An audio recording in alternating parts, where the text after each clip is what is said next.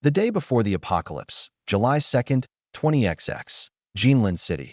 That summer had been unbearably hot. For several days straight, temperatures had stayed dangerously high, making life miserable for anyone working outdoors. That I was just an ordinary college graduate who had been out in society for 3 years. Back when I was in university, I used to dream about the future. That I imagined myself stepping into the business world, climbing the ladder, becoming a successful executive, and eventually living the kind of life people envied.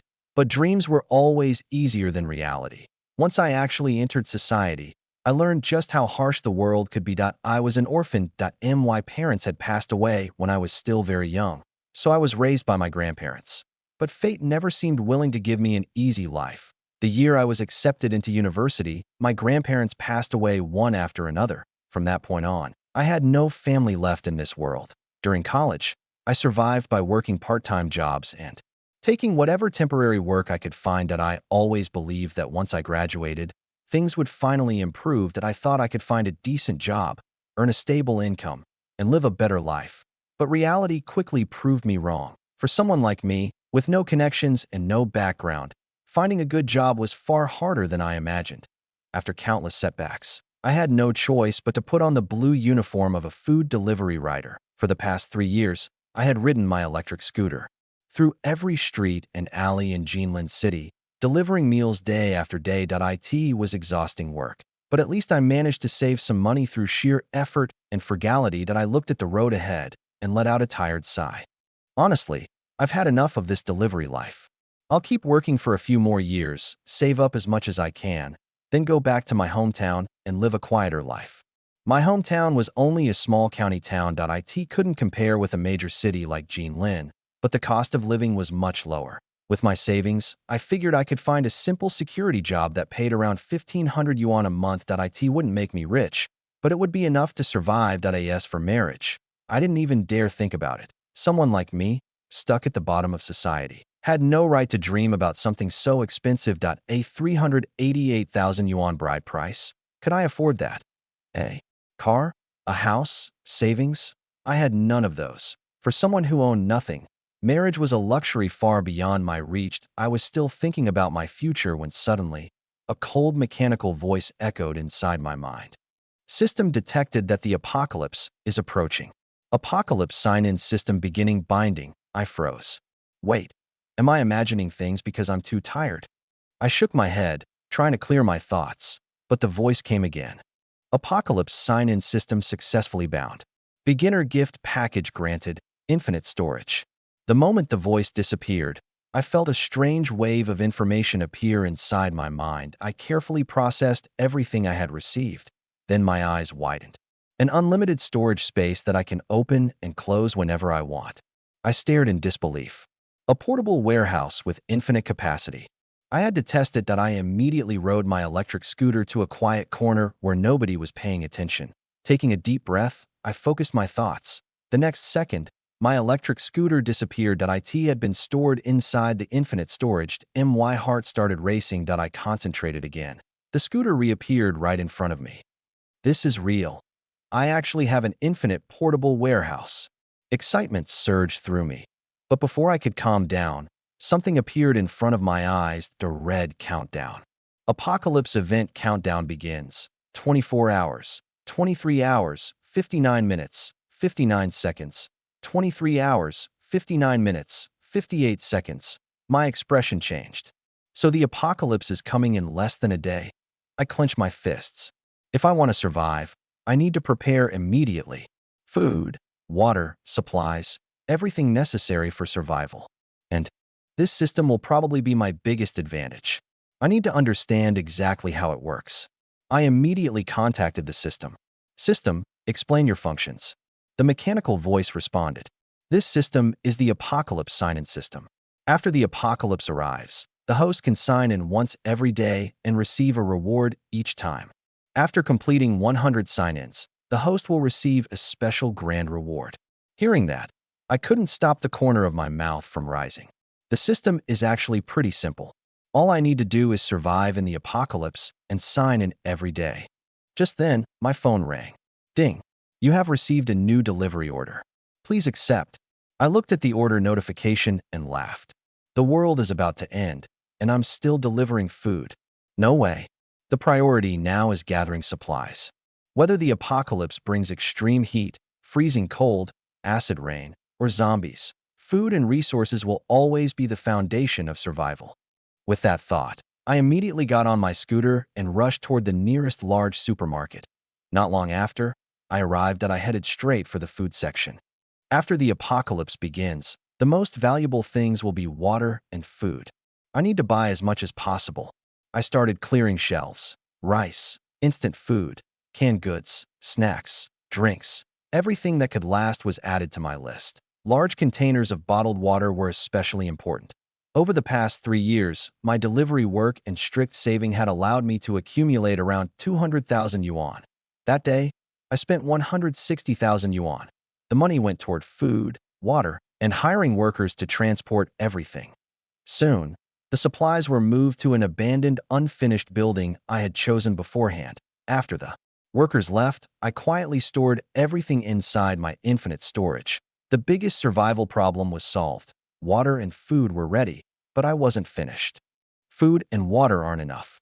I'll need weapons for protection, medicine, clothes. And if I'm going to survive for a long time, I can't let myself go crazy from boredom. Maybe I should buy some gaming equipment too. With that decision made, I rushed through hardware stores, pharmacies, clothing shops, and electronics stores that I spent another 25,000 yuan. Everything went into my infinite storage. When I finally finished, I checked the countdown again. Only 4 hours remained before the apocalypse arrived. I looked at the timer and frowned. My current rented room won't be able to stop people with bad intentions once society collapses. I need somewhere safer. I have 15,000 yuan left. I'll use it to rent a stronger place. I immediately rushed to a real estate agency. After secretly paying the agent an extra 1,000 yuan, they quickly helped me find a suitable apartment. The rent was 14,000 yuan per month.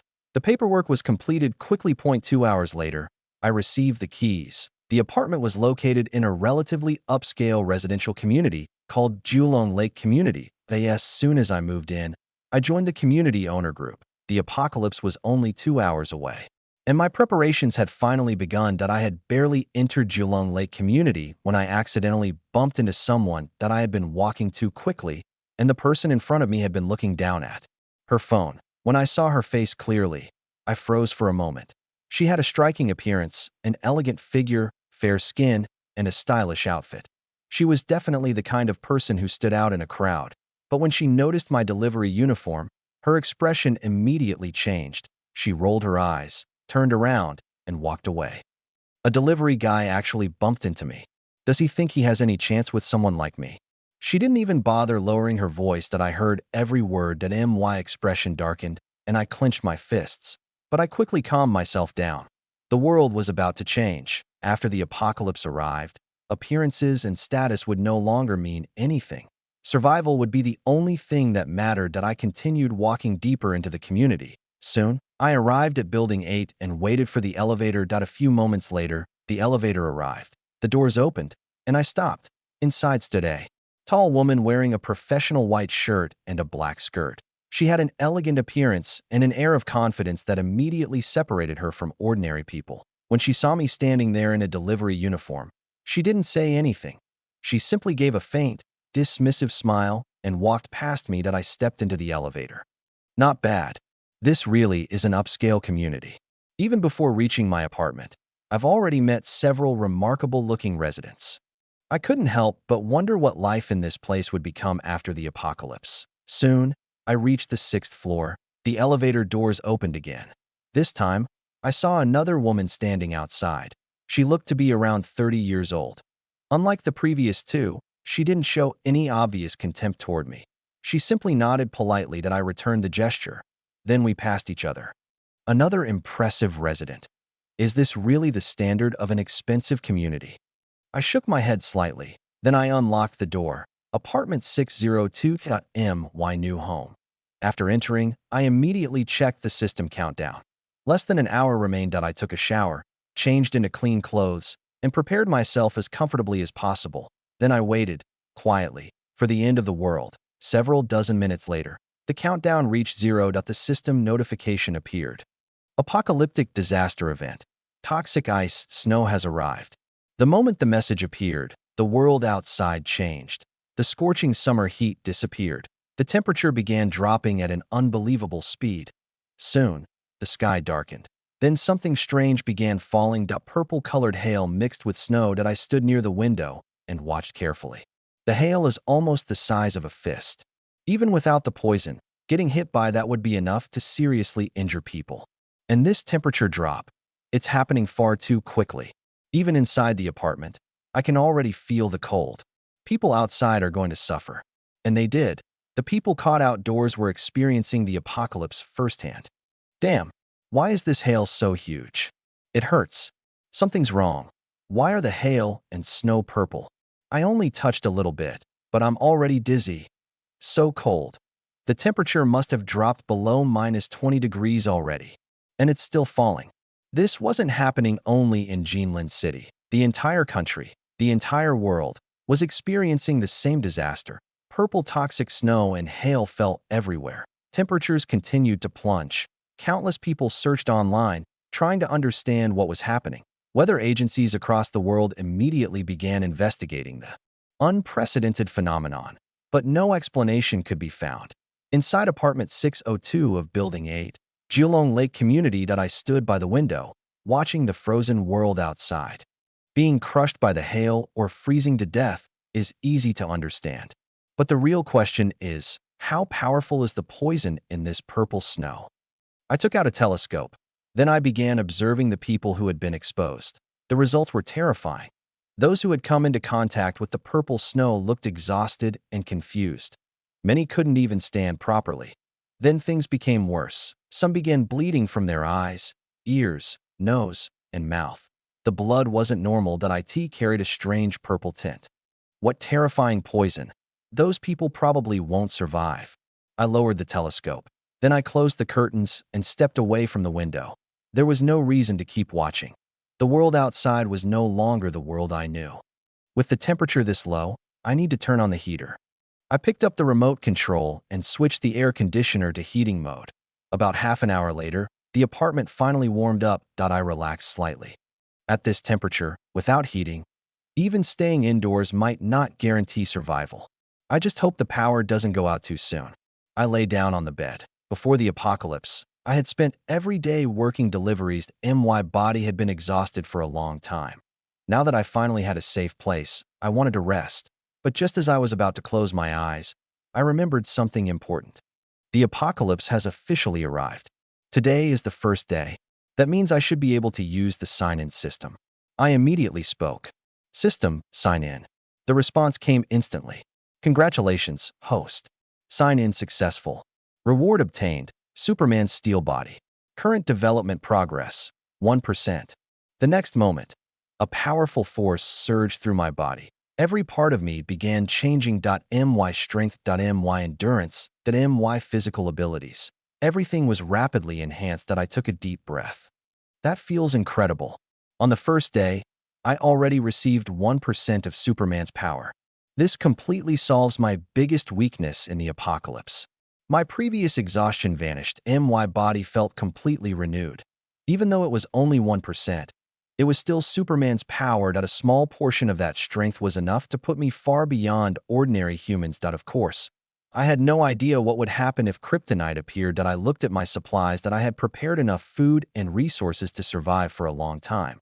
That meant I could continue signing in, again and again, and receive more rewards. I wonder what tomorrow's reward will be.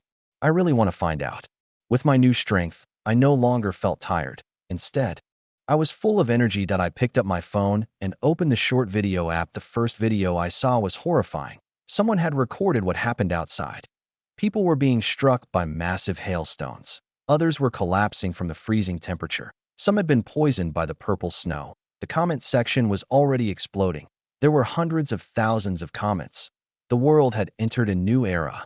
And nobody was prepared. I kept scrolling through the comments under the disaster videos. People were terrified. Everyone, listen carefully. Don't go outside. Even touching a little hail or snow will cause poisoning. What is happening? My family is still outside. Should I go look for them? Don't leave your house. Don't leave your house. Don't leave your house. The purple hail and snow are obviously dangerous. Stay indoors. Going outside right now is basically risking your life. I looked at the comments and let out a quiet sigh. A disaster of this scale was bound to kill countless people. And this was only the beginning. If this situation continued for several more days, the most terrifying thing would no longer be the disaster itself. It would be human nature. I continued scrolling. Almost every video was about the toxic ice snow disaster. Eventually, I found an official announcement and stopped. The video showed an official spokesperson addressing the public. Please remain calm. Citizens are advised not to go outside for the time being. Authorities are working on solutions and will prevent the situation from getting worse. The comments section below already had over 1 million replies. People were divided. Some believed the authorities completely. They thought the disaster would eventually be solved. Others believed something like this couldn't possibly be stopped. Instead of waiting for help, they believed everyone needed to find a way to survive on their own. I stared at the screen. Looks like the announcement didn't calm anyone down. Fear is still spreading. The old order is already standing on the edge of collapse. After a few more days, maybe I'll finally have a chance to show what I can really do. I smiled slightly. Then I put my phone away. From my infinite storage, I took out an ice-cold bottle of cola and started playing games. For someone like me, who knew the apocalypse was coming, prepared supplies in advance, and now possessed 1% of Superman's steel body, life after the apocalypse was actually much better than life before it. The first day of the apocalypse passed relatively peacefully for those who stayed indoors. After all, even people with very little food at home could usually last through one day. But the second day was different. The toxic ice snow showed no sign of stopping. People who had failed to prepare enough supplies began becoming anxious. Inside one of the apartments in Building 8 of Julong Lake Community, a woman was growing increasingly frustrated. This weather is unbearable. It's trapped me inside all day. I'm so bored, and I usually order everything online. I barely keep food or drinks at home. The little supplies I have won't last long. When they're gone, I'll have to find a way to get more. What a headache. If I had been there, I would have recognized her immediately. She was the woman I had bumped into when I first entered the community, the one who had looked down on me because of my delivery uniform. Her name was Shen Xian. She was a well-known model in Jinling City. Before the apocalypse, she had always been surrounded by people trying to gain her attention. After complaining for a while, Shen Xian forced herself to calm down. Complaining wouldn't solve anything. Usually there are so many people trying to impress me. Getting them to bring me some supplies shouldn't be difficult. With that thought, she picked up her phone and contacted people she knew. She asked them to bring food and water to her apartment. Some refused. They valued their own safety too much, but others agreed immediately. They promised to come. Shen Xian smiled. Once they bring everything here, I'll have nothing to worry about. She walked toward her mirror. Even during a disaster, she still wanted to maintain her appearance. But she didn't know the truth. Most of the people who had confidently promised to help her changed their minds after witnessing the terrifying power of the toxic ice snow. The few who actually attempted to travel through the storm never made it. The supplies Shen Xian was expecting would never arrive. Meanwhile, I slept until I naturally woke up. After stretching, I immediately spoke. System, sign in. The familiar voice sounded. Congratulations, host. Sign in successful. Reward obtained. Weapon, Desert Eagle, infinite ammunition. Superman's steel body development increased by 0.1%. The moment the notification ended, a handgun appeared inside my infinite storage at the same time. I could feel my body becoming slightly stronger. An infinite ammunition Desert Eagle. Now that's useful. This gives me another way to fight. While my Superman ability is still at a low level, this weapon will be extremely valuable. I excitedly took the Desert Eagle out and examined it carefully. After familiarizing myself with the weapon, I put it away. Then I took out a self-heating hot pot from my storage. A hot meal in the middle of the apocalypse felt surprisingly satisfying. After eating, I opened WeChat. The two group chats I had joined were already filled with hundreds of unread messages. One was the delivery riders group. Everyone was discussing the disaster. The other was the Julong Lake Community Residents group. When I rented this apartment, I had specifically asked the landlord to add me. I had a feeling the community group would become very interesting after the apocalypse. And I was right. My food and water are almost gone. Can anyone sell me some? I'll pay a good price. Can any neighbors help us? Our supplies just ran out. Could we borrow some? I actually have extra supplies. If anyone needs help, meet me in the underground parking garage. I have stored a lot of supplies too, but I won't give them away for free. If you want them, buy them. I looked through the messages. A faint smile appeared on my face. People giving away supplies now, they'll regret it soon enough. I continued scrolling. Then one message caught my attention. The sender was named Wang Tiankai. That he was the property manager of the community. That he announced that he wanted to gather residents for a meeting in the underground parking garage. The meeting time was 7 o'clock that evening. I smiled with interest. The second day of the apocalypse, and the property manager is already organizing a meeting. Interesting. I might as well go take a look. Staying inside all day is getting boring anyway. After that, I put my phone aside. I took another bottle of cold soda from my infinite storage. Then I sat comfortably and continued playing games. On the second night of the apocalypse, at around 6:30, I finished dinner and casually headed toward the underground parking garage. On the way there, I ran into someone familiar. It was the elegant woman I had seen when I first arrived at Geelong Lake Community. When she saw me, she politely nodded. Hello. Hello. I returned the greeting. Then we passed each other, and I continued walking toward the garage. But after a few steps, she suddenly called out, "Wait." I stopped and turned around. "Is there something you need?" She hesitated for a moment before speaking. "Do you happen to have any extra food or water you could spare?" My supplies at home weren't enough to begin with. I originally planned to go out yesterday and buy more, but she didn't finish the sentence. She didn't need to. The disaster had already answered for her. I looked at her calmly. Then I smiled slightly. "I do have quite a lot of supplies. But why should I give them to you?" Her expression changed slightly. "I can pay. We can discuss the price." I shook my head. "Pay. If this disaster continues, society's order will collapse. When that happens, money will just become useless paper." Her eyes widened. "No, that's impossible. This disaster can't continue forever. When it ends, money will still have value." I looked at her. "You don't believe me? Fine. Then wait patiently for the disaster to end. Good luck." After saying that, I turned around and continued walking. The woman stood there, watching me leave. A worried expression appeared on her face.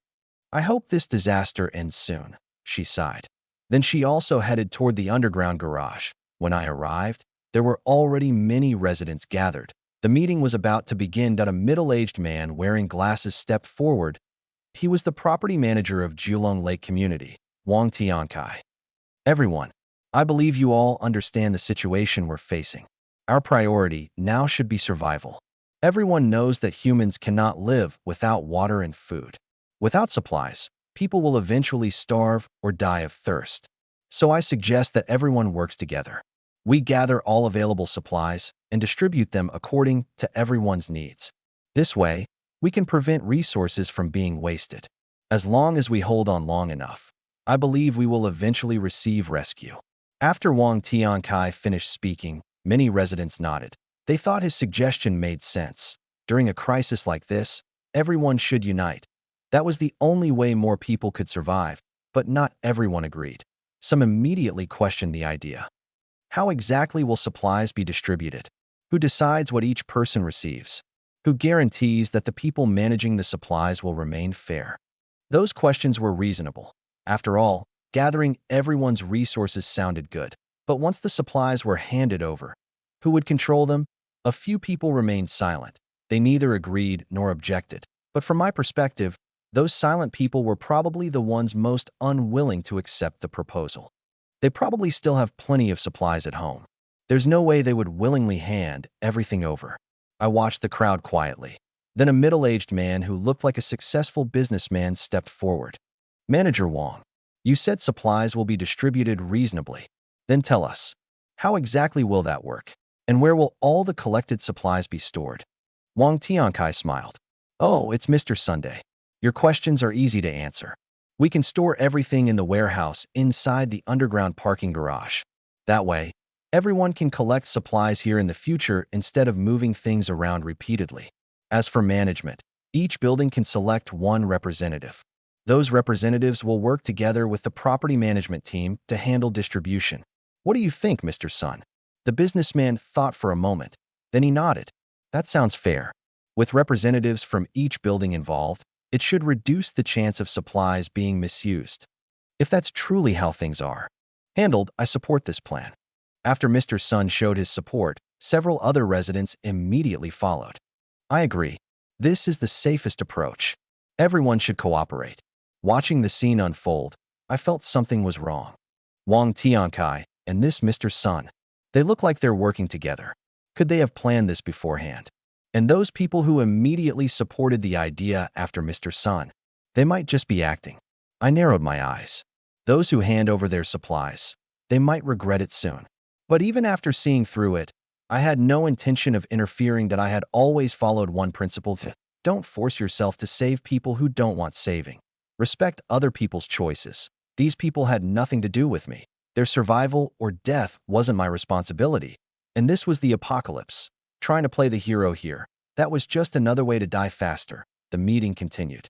Wang Tiankai and the others kept persuading people. More and more residents eventually agreed to hand over their supplies. Soon, someone approached me. The man held a notebook and looked at me curiously. This gentleman looks unfamiliar. Are you also a resident here? Before I could answer, a sharp voice suddenly came from the crowd. He's just a poor delivery guy. He's not even a homeowner here. We don't need to bother with him. My expression immediately darkened and I turned toward the voice. That it was her. The woman who had insulted me when I first entered the community. Back then, I had ignored it. But now, the world had already changed, and she still looked down on me the same way. I stared at her. She insulted me once before. I let it go. But this is the apocalypse. And she still thinks she can humiliate me. She needs to learn a lesson. The next second, I pushed the man holding the notebook aside and walked directly toward her. Then, smack, a loud slap echoed through the underground garage. The sound of the slap echoed through the underground parking garage. Everyone froze. All eyes turned toward me. The woman I had slapped stared at me in disbelief. You actually hit me? You hit a woman? Her voice trembled as tears filled her eyes. Seeing her reaction, several men around her immediately stepped forward. They looked like they were defending justice. But I could tell exactly what kind of people they were. A man wearing glasses walked up first. He pushed his glasses up and spoke loudly. As a man, how can you act like this? How can you hit a woman in front of everyone? Don't you feel ashamed? After he spoke, several others immediately followed. Exactly. How can someone like this exist in our community? He needs to be taught a lesson. Our community is an upscale residential area. He's just a delivery worker renting here. He doesn't belong with us. The voices continued. Soon, more than 10 men surrounded me. They looked angry. They looked ready to confront me. The surrounding residents also started criticizing me. All she did was point out that he's a delivery worker, and he responded by hitting someone. Someone like him will always be at the bottom of society. He deserves to be taught a lesson. I looked at them. Then I laughed. You're saying I hit a woman? Yes, I did. So what? Are you unhappy about it? The moment I finished speaking, I pulled out the Desert Eagle from my storage. The weapon appeared in my hand and I pointed it at the man with glasses who had stepped forward first. The group froze for a second. Then laughter broke out. Ha ha ha. Are you trying to scare us with a toy gun? Do you really think someone like you could own a real firearm? This is ridiculous. The man with glasses looked especially pleased. He probably thought he had made the right choice. Maybe he believed standing up for Shin Shiyin would finally make her notice him. But he didn't understand something. The world had already changed. The rules from before were gone. I looked at the people laughing around me. Then I sighed. You chose this yourselves. Don't blame me afterward. I pulled the trigger. A gunshot exploded through the garage. The laughter disappeared instantly. The man with glasses collapsed. Silence. Absolute silence. Everyone stared at me. The fear on their faces was impossible to hide. But even then, some still refused to accept reality. Wait, you can't do this. Killing someone is against the law. You've already killed one person. Don't make things worse. We need to call the police. Someone like you can't just ignore the law. I looked at them coldly. The law? The police? Those things belong to the old world. The apocalypse had already arrived. They still hadn't understood that I raised the Desert Eagle again. Another gunshot rang out. The reality of the situation finally began sinking in. The people who had been insulting me moments ago fell silent. The confidence disappeared. The arrogance disappeared. Only fear remained. I looked across the crowd. Everyone who mocked me just now, remember this. The old world is gone. The underground garage became completely quiet. No one dared to speak. No one dared to step forward. Some people wanted to run, but they were afraid that making the first move would attract my attention. Others stood frozen in place. Their legs trembled. They had never witnessed anything like this before. The disaster outside had already destroyed the world they knew. And now, inside this garage, they were finally seeing the truth.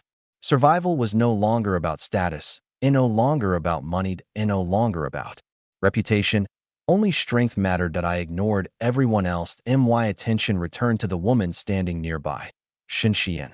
The same woman who had looked down on me when I first entered the community. That I slowly raised the gun. Her face changed completely. For the first time, the arrogance disappeared. She understood. The person in front of her wasn't the delivery worker she had mocked anymore. He was someone who could decide whether she lived or died. Her legs gave out. She fell to her knees. "I'm sorry. I shouldn't have insulted you. I was wrong. Please let me go. I can do anything if you spare me." I looked at her. The woman who had been so confident before was now terrified. That I smiled slightly. So this was the reality of the apocalypse. The moment strength changed hands, people changed too. I pulled the trigger. The bullet struck the ground beside her. She flinched violently. "Want to survive? Then follow me." I turned around and walked away. Shen Xian didn't hesitate. She immediately followed. After I left the underground garage, the remaining residents finally relaxed. Wang Tiankai and Mr. Sun wiped the cold sweat from their faces. Continue recording the names of those willing to hand over supplies. Once everything is finished, everyone can go back. Tomorrow at noon, bring the supplies to the underground garage. After giving the instructions, Wang Tiankai and Mr. Sun's helpers continued their work. As time passed, more and more residents agreed to the plan. Seeing the growing list of people willing to surrender their supplies, both Wang Tiankai and Mr. Sun smiled. Once all the supplies were gathered into their hands, they would naturally control how everything was distributed. The promise of having representatives from each building oversee the process sounded fair, but there were many ways to manipulate such a system. Of course, not everyone who agreed was foolish. Some people had their own calculations. A large number of residents who agreed to hand over supplies actually had almost nothing stored at home. Even if they had food, it was mostly snacks and random items that couldn't last long. For them, giving away useless supplies in exchange for a chance at receiving more later was actually a reasonable gamble. The ones truly being deceived were those who still had enough supplies but were convinced to hand everything over. But none of them noticed something else, several dangerous pairs of eyes had already been watching the situation. "Brother Huang, it looks like there will be a lot of supplies gathered in the garage tomorrow afternoon." A man with a scar across his face smiled coldly. "We should make our move then." The person he called Brother Huang was a man wearing glasses and a neat suit. He looked polite and educated. But beneath that appearance was someone far more dangerous, Huang Hao. Before the apocalypse, he and his group had made a living through kidnapping and extortion. They were criminals who survived by targeting wealthy people. Not long ago, they had kidnapped a rich family's son and escaped with a large amount of money. Afterward, they had eliminated the victim to avoid leaving evidence. Now, they had entered Zhulong Lake community because it was full of wealthy residents. A place like this gave them plenty of potential targets. And now that society had collapsed, people like them had even fewer restraints. Huang Hao adjusted his glasses. "Tell everyone to prepare their weapons. Tomorrow, we take all the supplies. Anyone who resists, deal with them." "Understood, Brother Huang." Behind Huang Hao stood 7 strong men. The 8 of them exchanged looks and laughed. They were already preparing for tomorrow's operation. Inside my apartment, Shen Xian stood nervously in front of me. After what happened in the underground garage, she understood one thing clearly. The world had changed. The person in front of her was no longer someone she could casually look down on. "I won't cause trouble. I'll do whatever work you need." She spoke carefully, trying to show that she understood the situation. I looked at her for a moment. "Good. If you want to stay here, then follow the rules. You help maintain the apartment and handle daily chores. In return, you will have food, water, and a safe place to stay." Shen Xian immediately nodded. Understood. She no longer had the arrogance she showed before. Survival had changed her priorities. "Go clean up first. Then organize the room." She nodded and went to do as I said. The night passed quietly. For someone like Xin Xian, who had once lived surrounded by attention and comfort, adapting to the apocalypse was clearly difficult. But compared with facing the frozen world outside, a safe apartment with supplies was already a luxury. Eventually, both of us rested. The next morning, I woke up first. The world outside was still frozen under the toxic ice snow disaster. I checked my supplies. Everything was still secure. This was only the third day of the apocalypse. The world outside had already changed completely. People who once relied on money, status, and reputation were now struggling simply to survive. And for me, the apocalypse had become an opportunity that I called out. System. Sign in. The familiar mechanical voice immediately responded. The system notification sounded. Congratulations, host. Sign in successful. Superman's steel body development increased by 1.1%. The moment the notification ended, I felt a powerful force surge through my body. My physical abilities improved once again. After the transformation was complete, I had reached the equivalent of 2.2% of Superman's physical strength. I clenched my fist and felt the difference. My body was stronger, my senses were sharper, my confidence grew. With this level of power, surviving the apocalypse was no longer my biggest concern. I could finally enjoy this new world on my own terms. I relaxed and picked up my phone. Let's see what the news says. And then I'll check the community group. Maybe something interesting happened. I opened the news. Most reports were focused on the disaster. The outside world had already become a forbidden zone. Anyone who remained outdoors was facing death. Some froze. Some were injured by the massive hail. Others were poisoned by the strange purple snow. Almost every report was warning people not to leave their homes. But those weren't the stories that interested me. A few official announcements caught my attention. How should residents survive indoors during extreme disasters? Self-rescue guidelines during natural catastrophes. Summary of survival methods. I looked at the headlines and smiled faintly. So even the authorities are telling people to rely on themselves now. That means the situation outside must already be approaching a complete breakdown. Government rescue supplies probably can't be counted on. The most chaotic stage of the apocalypse is about to begin. From now on, everyone is responsible for their own survival. I switched over to the community group. The residents were still discussing the disaster, but nothing particularly important had happened. After browsing for a while, I lost interest. The apartment was already clean when I rented it. There wasn't much left to do. Xin Xian should have finished the chores by now. I should call her over. This time, I wasn't looking for anything complicated. I simply had her help me relax. While she massaged my shoulders and legs, I opened Steam and played some games. Compared with the chaos outside, my life was almost peaceful. At noon on the third day of the apocalypse, underground parking garage, Wang Tiankai and Mr. Sun had been excited when so many residents agreed to hand over supplies. But when the actual supplies arrived, their expressions changed completely. They had expected useful resources, rice, flour, meat, bottled water, things that could truly help people survive. Instead, most residents brought snacks, chips, cookies, instant foods, and even those supplies were limited. The reason was obvious. Many of the people who agreed to the plan had never had enough resources to begin with. They were simply hoping to exchange their useless supplies for a share of someone else's better supplies later. Fortunately for Wang Tiankai and Mr. Sun, some residents with real resources had still been convinced. Those people handed over valuable supplies. After seeing the rice, meat, and water being collected, the two finally relaxed. So much food. Wang Tiankai looked at the supplies and smiled. With this much in my hands, life in the apocalypse won't be difficult at all. Mr. Sun had similar thoughts. Supplies are everything now. With enough resources, not only can I live comfortably, I can also control other people. The two of them continued organizing the supplies. The more they collected, the happier they became. Eventually, everyone who had agreed to participate handed over their resources. Wang Tiankai stepped forward. Everyone, thank you for cooperating. We'll store these supplies in the underground warehouse. From now on, we'll distribute portions every day. This way, everyone can survive together. Mr. Sun nodded. Exactly. In difficult times, people need to help each other. Don't worry. Old Wang and I will make sure everyone survives. Many residents nodded. Some even thanked them. They believed they had found a solution. After encouraging everyone a little more, Wang Tiankai and Mr. Sun sent the residents back. Once the crowd disappeared, the two looked at each other. Both smiled. Their true intentions were finally revealed. Ha ha ha.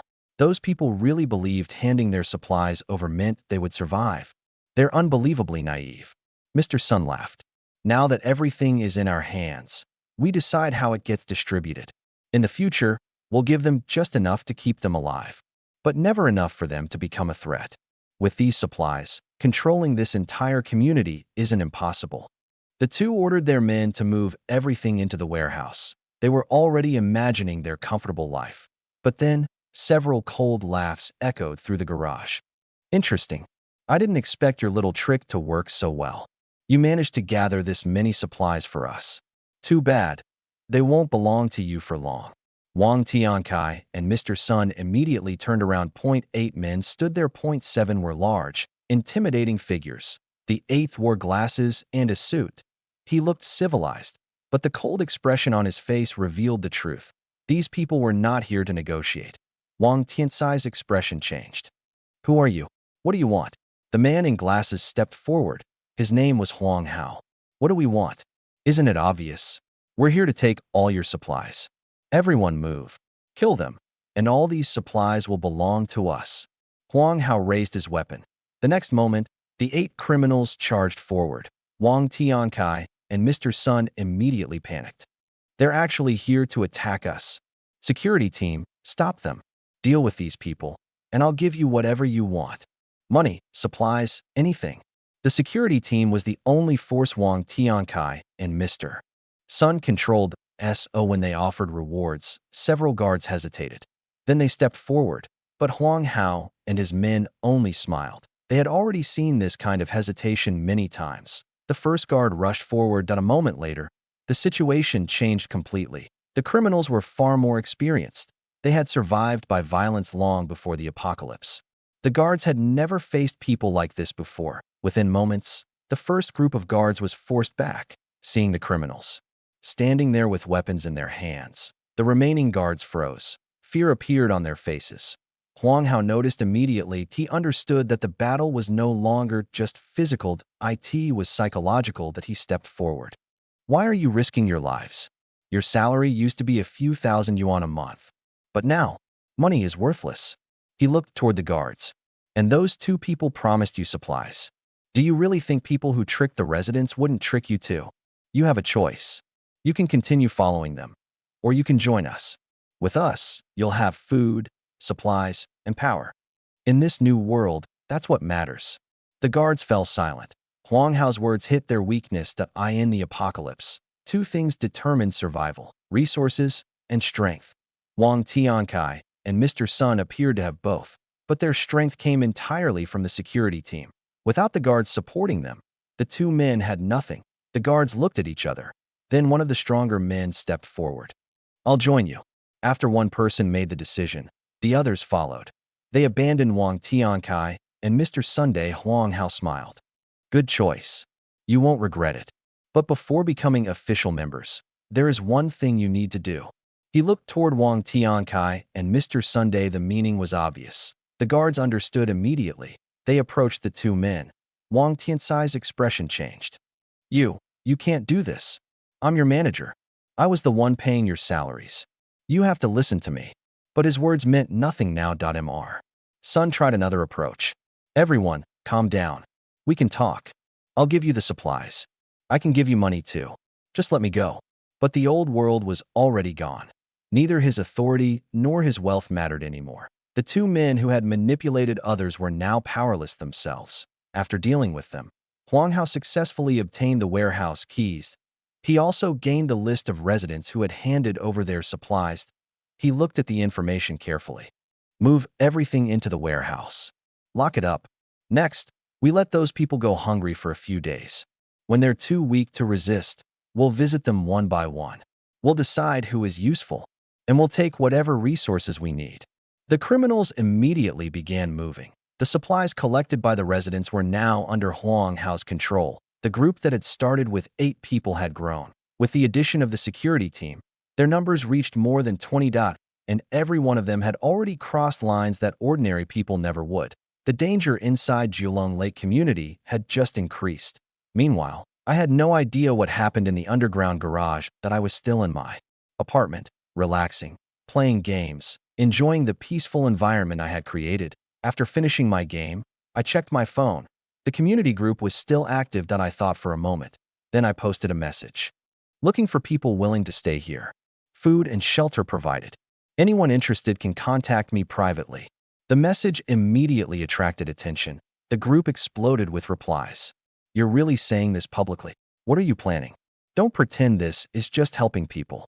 Using supplies to attract others. The comments continued. That I looked at them calmly. That I wasn't surprised that people's attitudes changed depending on who had power. Then I changed my group nickname. Delivery guy with a gun from the underground garage.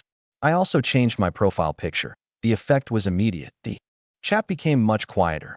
Everyone still remembered what happened at the meeting. The scene where I stood there with the Desert Eagle. The moment when everyone realized I was no longer someone they could casually insult. The people who had mocked me earlier stopped. Some even apologized. That I looked at the screen and smiled. So this is human nature. When people think you are weak, they look down on you. When they realize you're dangerous, they change immediately.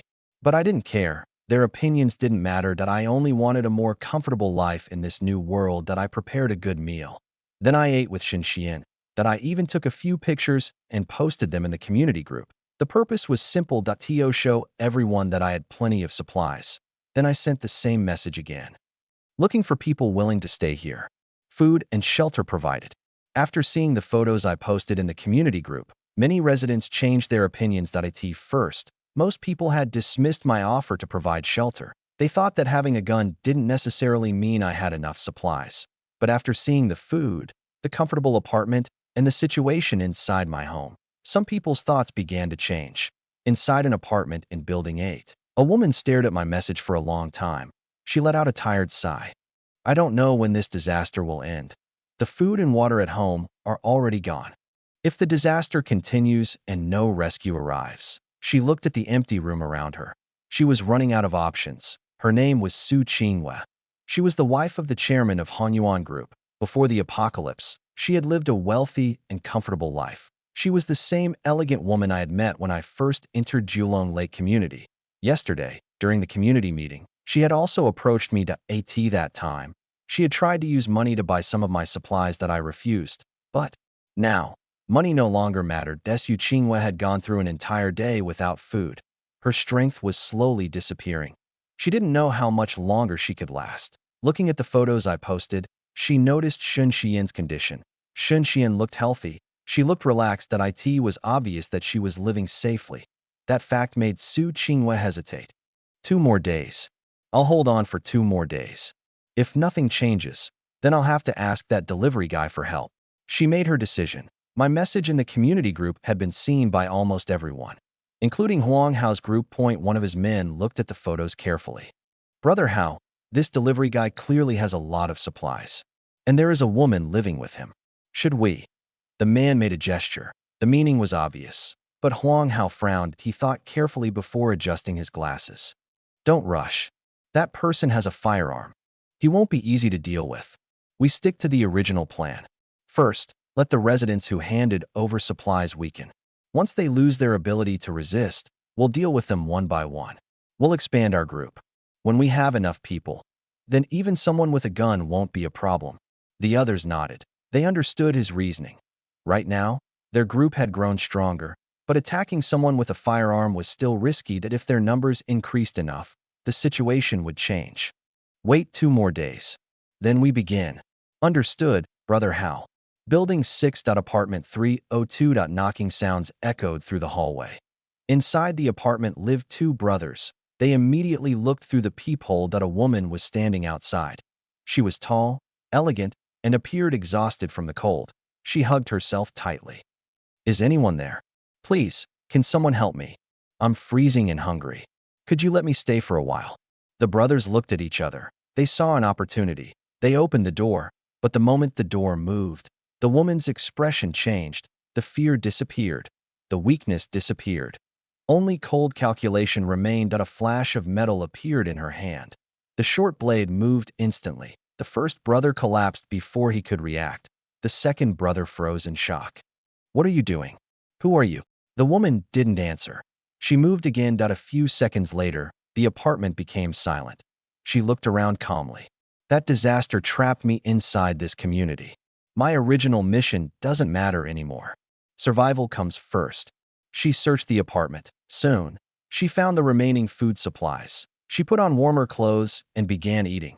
Her name was Park Yunying. She was not from China. She was a professional assassin from South Korea. She was skilled in multiple languages, close combat, and assassination techniques. She had originally come to Jinling City because she had accepted a contract. Her target was a wealthy businessman. But before she could complete the mission, the apocalypse arrived. The entire world changed. The assignment became meaningless. Now she only cared about survival, and the way she understood survival was simple. Take resources from those who could no longer protect them. After finishing the food in the apartment, Park Yunying picked up the brothers' phones. She checked the community group. Soon, she found my message. A person with abundant supplies. A person with a weapon. A person openly looking for people who needed shelter. She looked at the photos I posted. Then she smiled coldly. So, a wealthy survivor with supplies. Someone attracting attention throughout the entire community. Interesting. Perhaps you're my next target. After deciding that I would be her next target, Park Yunying did not act immediately. A professional killer never rushed into a mission. Before making a move, she always gathered as much information as possible. She continued reading through the community group messages. After studying everything related to me, her expression changed slightly. "He has a gun. That makes things more complicated." Even as a trained assassin, she understood the danger of firearms. Against a person with a gun, skill alone was not always enough. A mistake could mean death. But then she considered something else, the weakness she had noticed. "He seems too confident, and he clearly underestimates danger. If I can make him lower his guard, then I may still have a chance." With that thought, Park Yunying began preparing. After everything was ready, exhaustion finally caught up with her. She decided to rest for one day before making her move. Meanwhile, I had no idea someone dangerous was watching me. After posting the message in the community group, I stopped paying attention to the reactions. The third day of the apocalypse continued peacefully. I spent my time relaxing in my apartment, playing games, checking my supplies, enjoying the safety I had built. Before I knew it, the third day ended. On the morning of the fourth day, I woke up naturally. By then, Shin Xian had already prepared breakfast. She was also cleaning the apartment. I looked around and nodded. Not bad.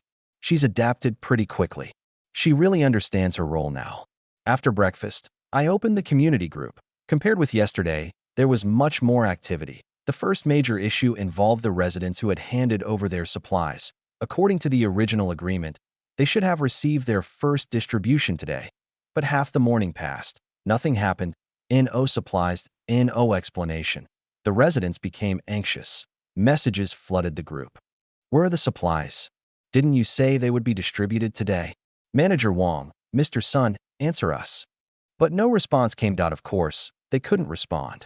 Wang Tiankai and Mr. Sun were already gone. The people who had trusted them were now left waiting. Their families were also confused. Yesterday, everything had seemed normal. The two men had been praised in the group for collecting supplies. But now, nobody knew where they were. The second major topic was my own message from yesterday. Because I had offered shelter, I received many private messages. I looked through them. Quite a few people contacted me. But most of them aren't what I'm looking for. Some people exaggerated their appearance. Others relied heavily on edited photos. None of them interested me. After checking the messages, I put my phone down. The situation involving Wang Tiankai and Mr. Sun had nothing to do with me. Their choices, their consequences. I wasn't going to interfere, but I opened my game. But before starting, I remembered something important. System. Sign in. The familiar notification appeared. Congratulations, host. Sign in successful. Reward obtained. 1.1 billion cubic meters of purified water.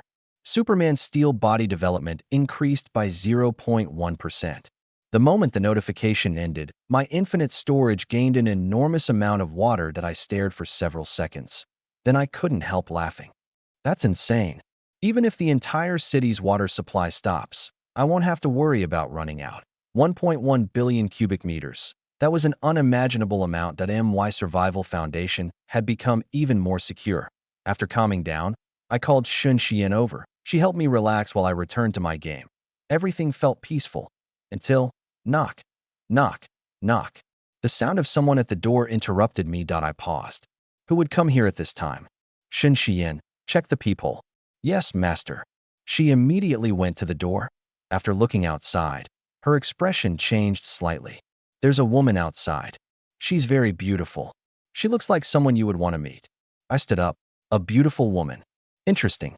I walked over and looked through the peephole myself. The person outside was indeed striking, but something about the situation felt strange. A beautiful stranger appearing at my door during the apocalypse. That was not something I would ignore. I opened the door carefully. The woman immediately looked relieved. Thank you. Thank you for letting me in. She stepped closer. Her expression was gentle. Her eyes carried a carefully prepared helplessness. But I noticed something else. The way she moved, the way she watched me. Something was wrong. Still, I allowed her inside. The moment she entered, everything changed. The weak expression disappeared. Her body moved instantly. That a flash of steel appeared. That a short blade shot toward me. So this is your plan. I reacted, but I didn't need to move. The blade struck my chest and stopped. The woman's eyes widened. Impossible. The knife had connected, but it hadn't broken the skin. My Superman's steel body protected me completely. Even at only 2.3% development, ordinary weapons could no longer hurt me. She stared at the blade, then at me. How is this possible? Why didn't it work? Who exactly are you? I looked at her calmly. That's my question. Who are you? She remained frozen. The confidence she had entered with was gone. I looked at the woman in front of me. A person who had come here intending to kill me. A dangerous person, but also someone whose strength and skills were clearly unusual. I smiled slightly. Since you came all the way here, I think we should have a proper conversation. The apocalypse had brought all kinds of people to my doorstep, and this one was far more interesting than the others. After some time passed, Park Yuning finally regained consciousness. The first thing she did was glare at me. Get away from me. I looked at her calmly, but I didn't move. Instead, I studied her carefully. Your skills are far beyond an ordinary person. The force behind your attack was also much stronger than what most people could produce. And your physical condition, you're clearly not just an ordinary woman. I looked directly at her. So tell me, who are you really? Park Yuning's expression changed. For the first time, I saw uncertainty in her eyes.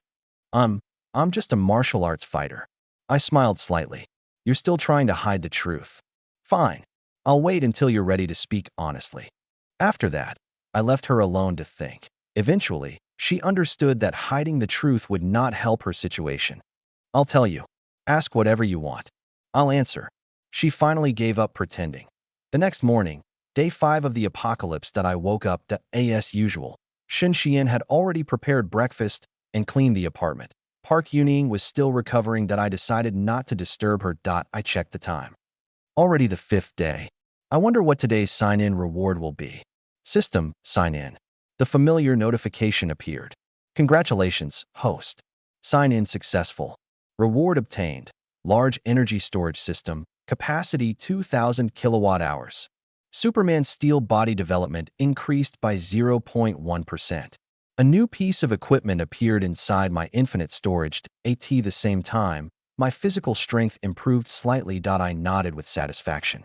Excellent. With this energy storage system, my power supply is secure for a long time. Even if the apocalypse eventually destroys the city's electricity network, I won't have to worry. Yesterday, I received an enormous amount of purified water. Today, I received an energy solution. Water, electricity. Point 2 of the most important foundations of survival were now covered. Just then, click. A door opened. Park Yuning slowly walked out. She still looked tired, but she was clearly recovering. I looked at her. Now that you're awake, tell me the truth. Who are you? And why did you come here? She was silent for a moment. Then she answered.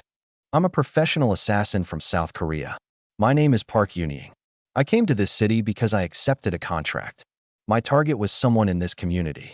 But before I could complete the mission, the disaster arrived. The assignment no longer mattered. After that, my priority became survival. I nodded to that was the truth. Professional assassin that I had never expected someone like that to be hiding in this community. Interesting. I didn't expect there would be someone like you here. I looked at her. From now on, stay here. You can help manage things around the apartment. In return, you'll have food, shelter, and protection. Park Yunying looked at me carefully. Then she nodded. She understood the situation, that I had overwhelming strength, that I had supplies, and this apartment was one of the safest places she could find. Survival was the priority. I understand. I'll follow your arrangements. From that moment on, Park Yunying became another person under my protection. Of course, I knew the reality. Neither Shin Xian nor Park Yunying followed me because of feelings. They were making practical choices to end the apocalypse. Survival came before everything else. That I wasn't looking for romance. That kind of thing had always been complicated even before the world ended. Now, it mattered even less. That I was focused on surviving and building a comfortable life in this new world. That I looked at Park Yunying. Although your original mission is meaningless now, I'm still curious. Who was your target? She answered honestly. His name is Chun Tianlong. He is the chairman of Hongdao Real Estate, a major figure in this city's property industry. As for the person who hired me, I don't know their identity. I thought for a moment. Chun Tianlong. Even someone like me, who had once been a delivery rider, had heard that name before. He was a major player in the city's real estate industry. Before the apocalypse, rising housing costs had made life harder for many ordinary people. There were many reasons behind that situation, but powerful figures like Chun Tianlong had certainly played a role. Still, none of that mattered now. The old world was gone, and Park Yunying's mission had lost its meaning. Since you're staying here, I won't treat you unfairly. Eat something first. Rest until you're fully recovered. After that, we'll decide what responsibilities you can handle. Park Yunying nodded. Then she went to eat and recover. After she left, I picked up my phone. I wanted to check the community group. Maybe something interesting had happened, but the moment I unlocked the screen, an unfamiliar number called. I answered. A middle-aged man's voice came from the other side. May I ask if this is Mr. Yi Tian? Yes, I am Yi Tian. Hello, Mr. Yi. Let me introduce myself. My name is Chun Tianlong. I froze for a moment when I heard the name. Chun Tianlong. Just a moment ago, I had learned that Park Yunying's assassination target was Chun Tianlong, and now, that same person was calling me. What a coincidence. Of course, I didn't immediately trust it, but I wasn't worried either. I had the infinite storage. I had the Desert Eagle with unlimited ammunition. And my Superman steel body had reached 2.4% development. I in front of absolute strength. Schemes and tricks meant very little. I answered calmly. Mr. Chun, I'm listening. After a brief pause, the man on the other end spoke. You probably don't know my exact identity yet. Let me introduce myself. I am the chairman of Hongdao Real Estate. I understand. So what exactly do you want? Chun Tianlong didn't waste time. I have a proposal. If you are willing to give me half of your supplies, then after this disaster ends, I will give you half of my company shares. I almost laughed. This man really had confidence. Before the apocalypse, half of Chun Tianlong's shares would have represented unimaginable wealth. For someone like me back then, it would have been something impossible to even dream about. But now, money had lost its meaning. Mr. Chun, your shares may have been priceless before the apocalypse, but right now, they're probably worth less than a package of instant noodles. So don't try to sell me a future that may never come. There was silence on the other end. The reality was obvious. Even the authorities were telling people to rely on themselves. Nobody knew when this disaster would end. And I knew something even more important. With the apocalypse sign-in system, I understood that this disaster was not going away anytime soon. Talking about wealth after the apocalypse? That was meaningless. After a moment, Chun Tianlong changed his approach. Since money is no longer useful, let's discuss something else. I heard you have a preference for beautiful women. I happen to know someone. Take a look and see if she interests you. A few photos arrived on my phone. I opened them. The woman in the pictures looked to be in her early 20s. She had a clean and elegant appearance, long hair, bright eyes, a calm and gentle expression. Unlike Shin Xian's confident charm or Park Yunying's sharp presence, this woman gave off a completely different feeling. A quiet and pure impression. Interesting. I looked at the photos carefully. Who is she? Chun Tianlong answered. Her name is Yu Qiutong. She's a student at Jinlin University. Before the apocalypse, she was well known on campus. I continued listening. Chen Tianlong explained that he had been planning to marry Yu Qiudong before everything changed. But now, in the apocalypse, his priorities had shifted. Mr. Chen, you are a businessman. Yet now you're trying to use someone close to you as a bargaining chip? My tone carried a hint of mockery. Chen Tianlong's expression was probably unpleasant, but his voice remained controlled. Mr. Yi, we both understand the situation. The old world is gone. Personal relationships and status no longer have the same value. Resources are what keep people alive. Then he made his final offer.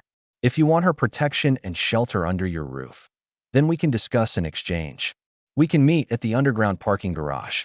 I smiled. There was clearly something wrong that a wealthy businessman suddenly offering someone close to him in exchange for supplies.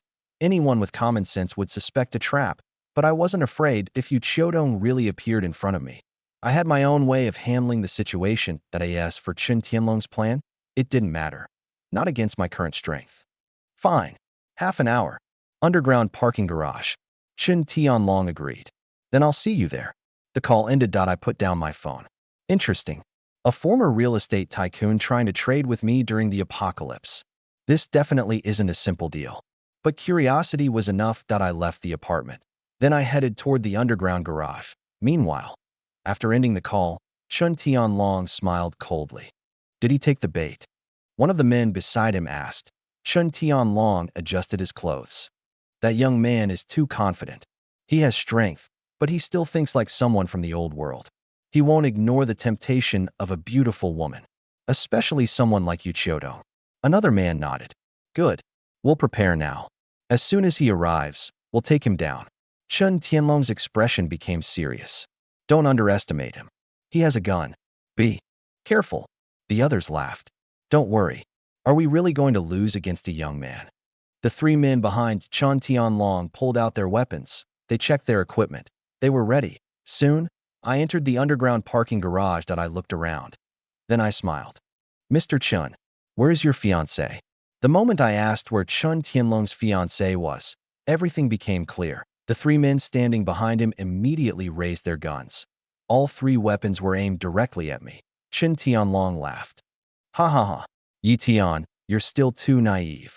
Did you really think I would trade my own fiancé for supplies? He looked at me with arrogance. You should look at yourself. You're just a delivery worker. And you thought you could get involved with someone like her? The three armed men beside him laughed as well. From their perspective, everything was already decided. They believed all they needed to do was force me to reveal where my supplies were hidden. Then they would take everything.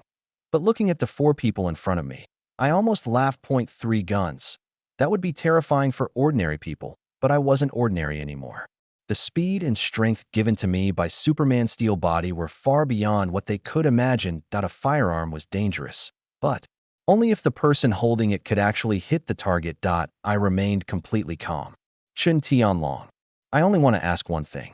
The woman in those photos, is she really your fiancée? And is she still staying with you? Chen Tianlong laughed. In his mind, I had already accepted my situation. He probably thought I was simply curious about the woman before dying. Since you're about to die, I'll satisfy your final question. Qiudong, come out. A figure slowly stepped out from the shadows of the garage. It was the woman from the photos. Yu Qiudong. She looked even more impressive in person. Her appearance was different from Shun Xian and Park Yunying. Shun Xian had a mature charm. Park Yunying carried a sharp, dangerous presence. Yu Qiudong had a quiet and clean elegance. She was clearly someone who attracted attention easily. However, when she looked at me, there was no friendliness in her eyes, only disdain. So this is the person who wanted to meet me? Chen Tianlong smiled. That's right. I showed him your photos. He came here by himself. He thought he was getting an opportunity, but he walked straight into a trap. Yu Qiudong glanced at me. Then she turned away. She seemed unwilling to stay and watch what would happen next, but she didn't get far. I had already made my decision. The moment she appeared, Chen Tianlong had lost his only bargaining chip. I looked at the four people in front of me. Since she is really here, then you have no more value. Chen Tianlong's expression changed. Are you still pretending to be confident? You have three guns pointed at you. Stop dreaming. Take us to your supplies, and maybe we'll make your last moments easier. I shook my head. 3 guns. That's all. Against ordinary people, That might be enough. But against me, it's nowhere near enough. The next moment, I moved to them. My speed was impossible to follow. The three armed men tried to react, but their weapons never had a chance to lock onto me. In an instant, I closed the distance. The first two men were taken down before they could understand what happened. The third tried to turn. Too slow that a gunshot echoed through the garage. The last attacker collapsed. Silence returned. Chun Tianlong stood frozen.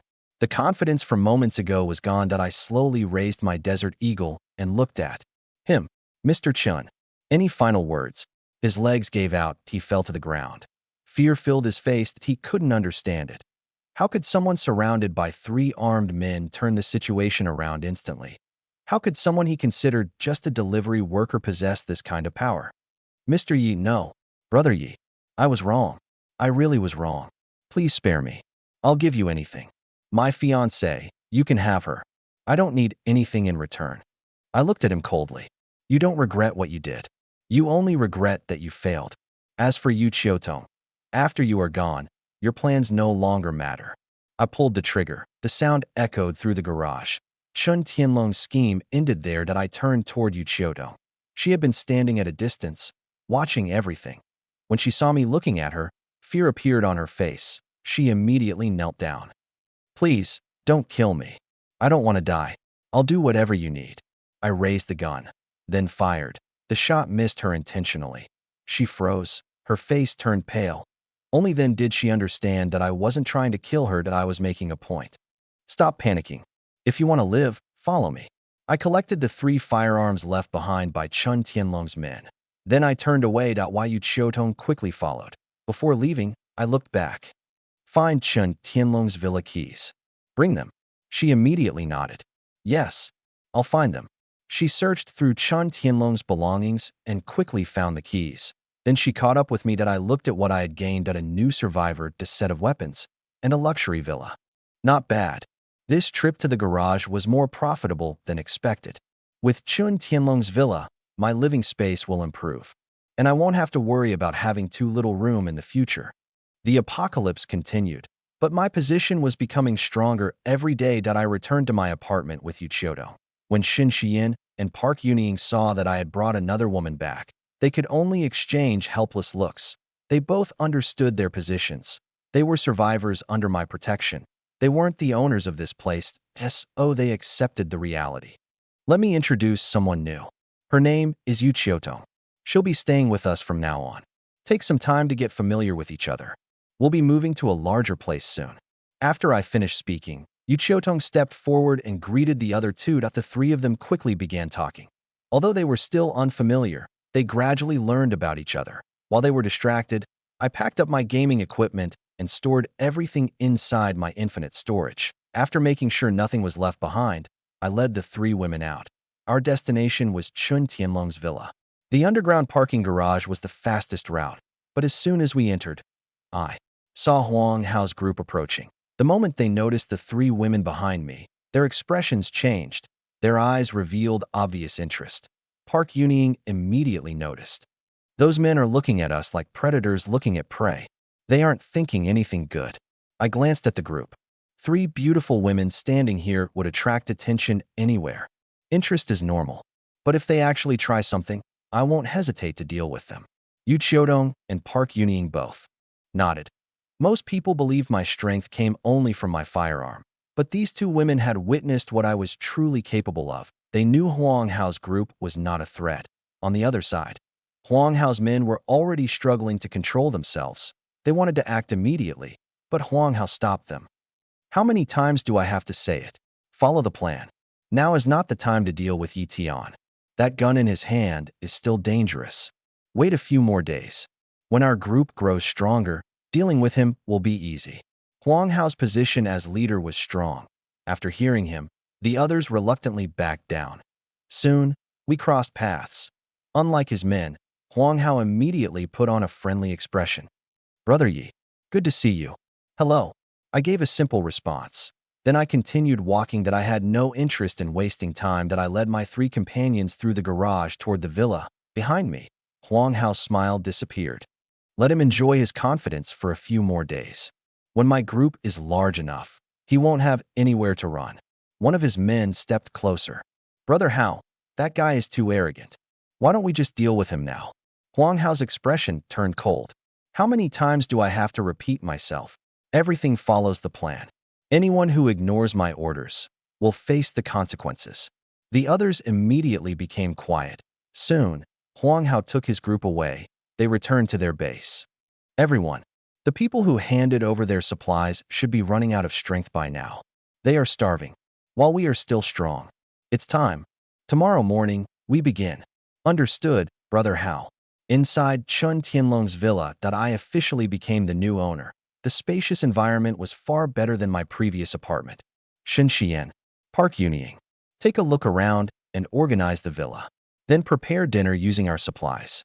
The two women nodded and went to work. After they left, I looked toward Yuchioto. She was still adapting to everything that had happened. A wealthy businessman's fiancé yesterday, a survivor in the apocalypse today. Her entire world had changed. Chiotong, since you've decided to stay here, we should talk about what comes next. She lowered her eyes slightly and nodded. The atmosphere gradually became calmer. For her, this was another step in accepting the new reality. Later, after everything settled down, Yu Chiotong rested. The exhaustion from the past few days finally caught up with her. Meanwhile, I checked the situation around the villa. The apocalypse continued outside. The frozen world was becoming more dangerous every day. And my position continued becoming stronger.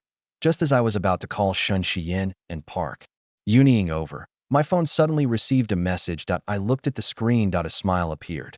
Interesting. Looks like someone finally reached their limit. A message appeared on my phone. Brother Yitian, can you spare me some supplies? I'm willing to pay a high price. Please. I looked at the sender. It was the beautiful woman I had met when I first arrived at the apartment complex. Su Qinghua. Before this disaster, she had already tried to buy supplies from me with money. Back then, I had refused without hesitation. But now, she was contacting me again. That told me everything. Her resources were probably exhausted. Money no longer meant anything. I replied. Are you still thinking money can solve this? Look around. Try asking anyone else if they are willing to trade food and water for cash. After reading my message, Su Qinghua fell silent. She understood the reality. The world had changed. The things that once represented status and security were now worthless. After struggling for a while, she finally sent another message. I understand. Then, can I come stay with you? I can help you. Would you be willing to take me in? I looked at the message. The smile appeared on my face. I knew she had reached her limit. I replied. If you want to stay with me, that's fine. But you should understand that surviving in my shelter comes with conditions. After a moment, her response arrived. I understand. I've already made my decision. But I've barely eaten these past few days. I don't have the strength to walk there. Can you come get me? I smiled. Wait there. I'll be there soon. I informed Shen Xian and Park Yunying that I was leaving for a while. Then I quickly crossed the underground garage and arrived outside Su Qinghua's apartment. I knocked. A few seconds later, the door opened. Su Qinghua stood there. She was clearly exhausted. The confident and elegant woman I had seen before was gone. Now, she looked like someone who had been pushed to the edge by survival. Looks like you've had a difficult few days. I brought some food. Eat first. I took out supplies and placed them on the table. The moment she saw the food, her eyes lit up. Thank you. Thank you so much. She immediately began eating. Watching her, I didn't rush her. There was no need that a person who had been starving needed time to recover. After a while, she finally slowed down. The color gradually returned to her face. She looked much better than before. Feeling better? I asked. She nodded. Yes. I feel like I've come back to life. I looked at her. Then let's talk about what happens next. She lowered her eyes. She already understood the situation. In this world, survival had become the only priority, and my shelter was one of the safest places she could find. After some time, Su Qinghua accepted the new reality. She cleaned herself up and rested. When she returned, she looked much calmer. The two of us talked for a while. She understood that staying with me meant following my rules. And I understood that she was choosing survival above everything else. Later, after everything settled down, she finally relaxed. The exhaustion of the past few days caught up with her. She fell asleep. I looked at the sleeping Su Qinghua. Another survivor had joined my group. Another person who could rely on my protection in this frozen apocalypse. I carried her back with me to the villa. When Shin Xian and Park Yunying saw me return with another person, they could only exchange helpless looks. By now, they were already used to it. I placed Su Qingwei in a room so she could rest properly. Then I went to the living room. The apocalypse outside continued, but inside the villa, everything remained comfortable. I turned on my gaming equipment. While playing, I relaxed as Shin Xian and Park Yunying helped me unwind. Compared with the life I had before the apocalypse, this new world was completely different. The 5th day of the apocalypse passed quietly. The next morning, I woke up. The first thing I did was speak. System. Sign in. The system notification sounded. Congratulations. Sign in successful. Superman's steel body development increased by 1.1%. A powerful wave of energy spread through my body. My strength improved once again. At this point, I had reached 3.5% of Superman's physical ability. I clenched my fist slightly, feeling the difference. Not bad. With this level of strength, surviving this apocalypse becomes even easier. After that, I walked into the villa's living room. Breakfast was already prepared. The table was filled with carefully arranged dishes. I looked at the food and raised an eyebrow. Today's breakfast looks surprisingly good. Looks like someone here has some serious cooking skills. Shin Xian smiled. It's sister Su Qingwei. Her cooking is far better than ours. I turned towards Su Qingwei. She smiled slightly. I've been managing a household for many years. Cooking is something I'm quite familiar with. Park Yunying nodded. She's right. Her food is excellent. Yu Qiutong also agreed. I sat down and tried the breakfast. The taste was much better than the packaged food I had been eating before. After living in the apocalypse for several days, a proper meal felt surprisingly satisfying. Once I finished eating, the 4 women began their own breakfast. Afterward, I looked at them. Take care of the dishes first. Then come to my room. I have something interesting planned today. The 4 women immediately understood what I meant. Their faces turned slightly red. They exchanged glances. Although they had gotten used to my personality, they still found my confidence unbelievable. But they also knew their situation. In this apocalypse, my protection was their greatest security. So they nodded. Understood. I returned to my room. Not long after, the 4 women arrived. Looking at my 4 companions, each one different, each one remarkable. I smiled. Good. Today will be a special day. While I was spending time inside the villa, Huang Hao's group began their next move. The gang leader gathered his people. Everyone, split into pairs. Bring weapons and a small amount of supplies. Visit the homes of those who handed over their resources. If they open the door willingly, enter. Remove anyone who cannot contribute. Recruit useful people. And bring back anyone who can strengthen our group. If they hesitate, show them the supplies. People who are desperate enough will eventually open the door. The gang members became excited. Their expansion plan was finally beginning. Once they absorbed enough survivors, they would control the entire community. Move. Yes, Brother Hao. 20 people split into 10 groups. Then they moved toward their targets. In Building 7, Room 202. Knocking sounds echoed through the apartment. A starving couple woke up. For days, they had been struggling. They had trusted Wang manager and Sun boss. They had handed over their supplies. But after that, the promised distribution never happened. The 2 men disappeared. Some people believed they had escaped with the supplies. Others believed they had been killed. Eventually, the truth was discovered. The 2 men were dead, but the warehouse key was gone.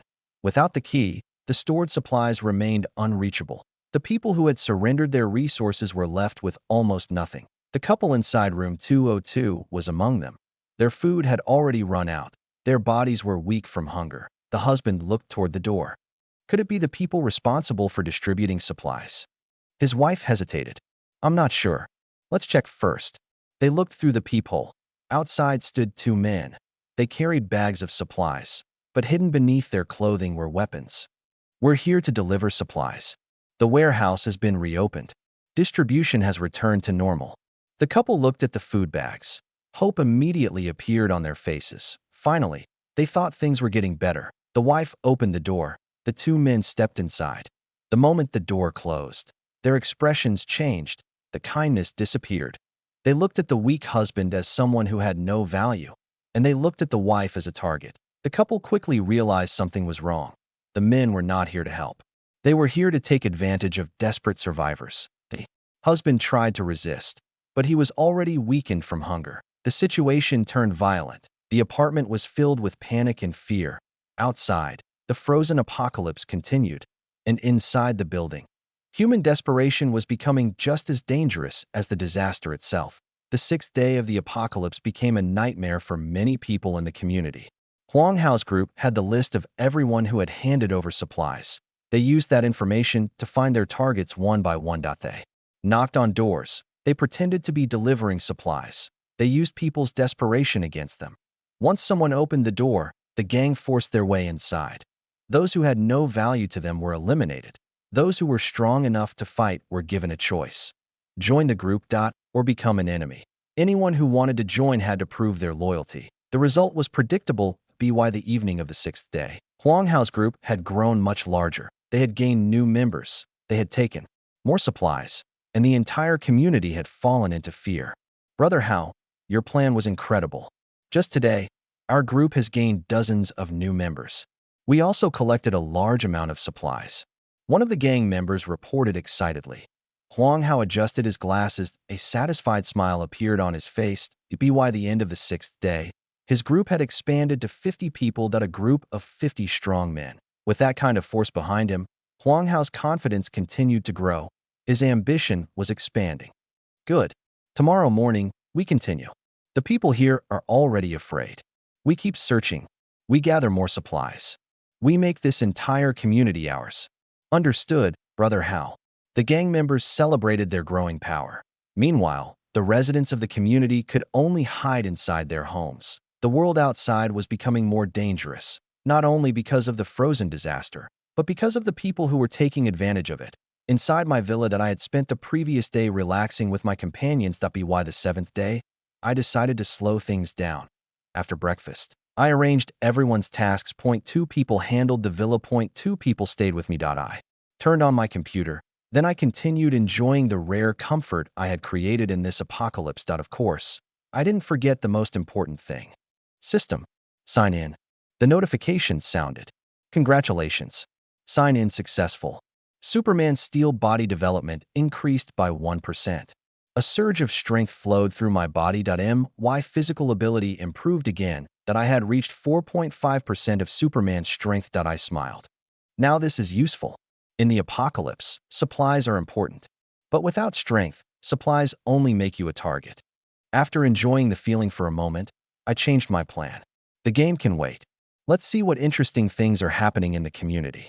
I picked up my phone and opened the resident group. At first, everything seemed normal.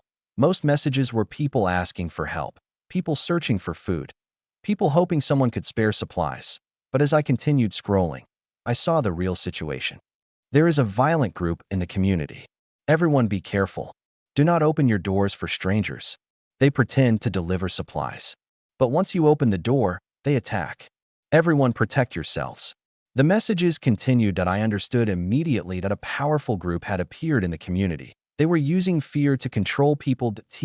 Ordinary residents. Huang Hao's group was a nightmare. But to me, they were nothing more than a group of people relying on numbers. I leaned back. Interesting. If they don't come looking for trouble, I have no reason to waste time dealing with them. In fact, their existence might make some people realize they need protection. And those people may eventually come to me. But if they decide to target me, then I won't mind ending their little game. After that, I put down my phone. The problems outside were not my concern. I had my shelter. I had supplies. I had power. That was enough. Meanwhile, Huang Hao's group quickly discovered a problem. The residents had already learned about them. Their old method no longer worked. Brother Hao, people in the group exposed what we did yesterday. It's getting harder to trick them into opening their doors. Huang Hao nodded. He had expected this. Then we change methods. If they won't open the doors, we break them. The group began gathering every tool they had collected: heavy hammers, power tools, equipment capable of forcing entry. Huang Hao looked over everything. A cold smile appeared on his face. Rest today. Learn how to use these tools. Tomorrow morning, we continue expanding. Once our numbers and supplies are strong enough, then we'll deal with Yi Tian. Understood, Brother Hao. The next stage of the conflict was approaching. The 8th day of the apocalypse began. I was sitting comfortably in the villa, enjoying the life I had built for myself. Shin Xian and Park Yunying were helping me relax, while Yu Qiutong and Su Qingwei were taking care of the villa. Compared with my old life as a delivery worker, this was a completely different world. Of course, I didn't forget the most important thing. System. Sign in. The notification sounded. Congratulations. Sign in successful. Superman's steel body development increased by 0.5%. New ability unlocked. Superflight. A powerful feeling spread through my body. My strength improved again. But the biggest change was something new. I could feel my body becoming lighter, as long as I focused my mind. I could take flight. Interesting. More strength. And now I can fly. My life in this apocalypse just became even safer. I enjoyed the feeling for a while. Then I looked toward Shin Xian and Park Yunying. Today, you two come with me. They understood immediately. After that, we moved inside. Meanwhile, at Huang Hao's base, the gang members had finished preparing. Brother Hao, everything is ready. We've learned how to use the tools. Most doors in this community won't be able to stop us anymore. If some homes are too difficult to enter, we can even find another way in. The others were excited.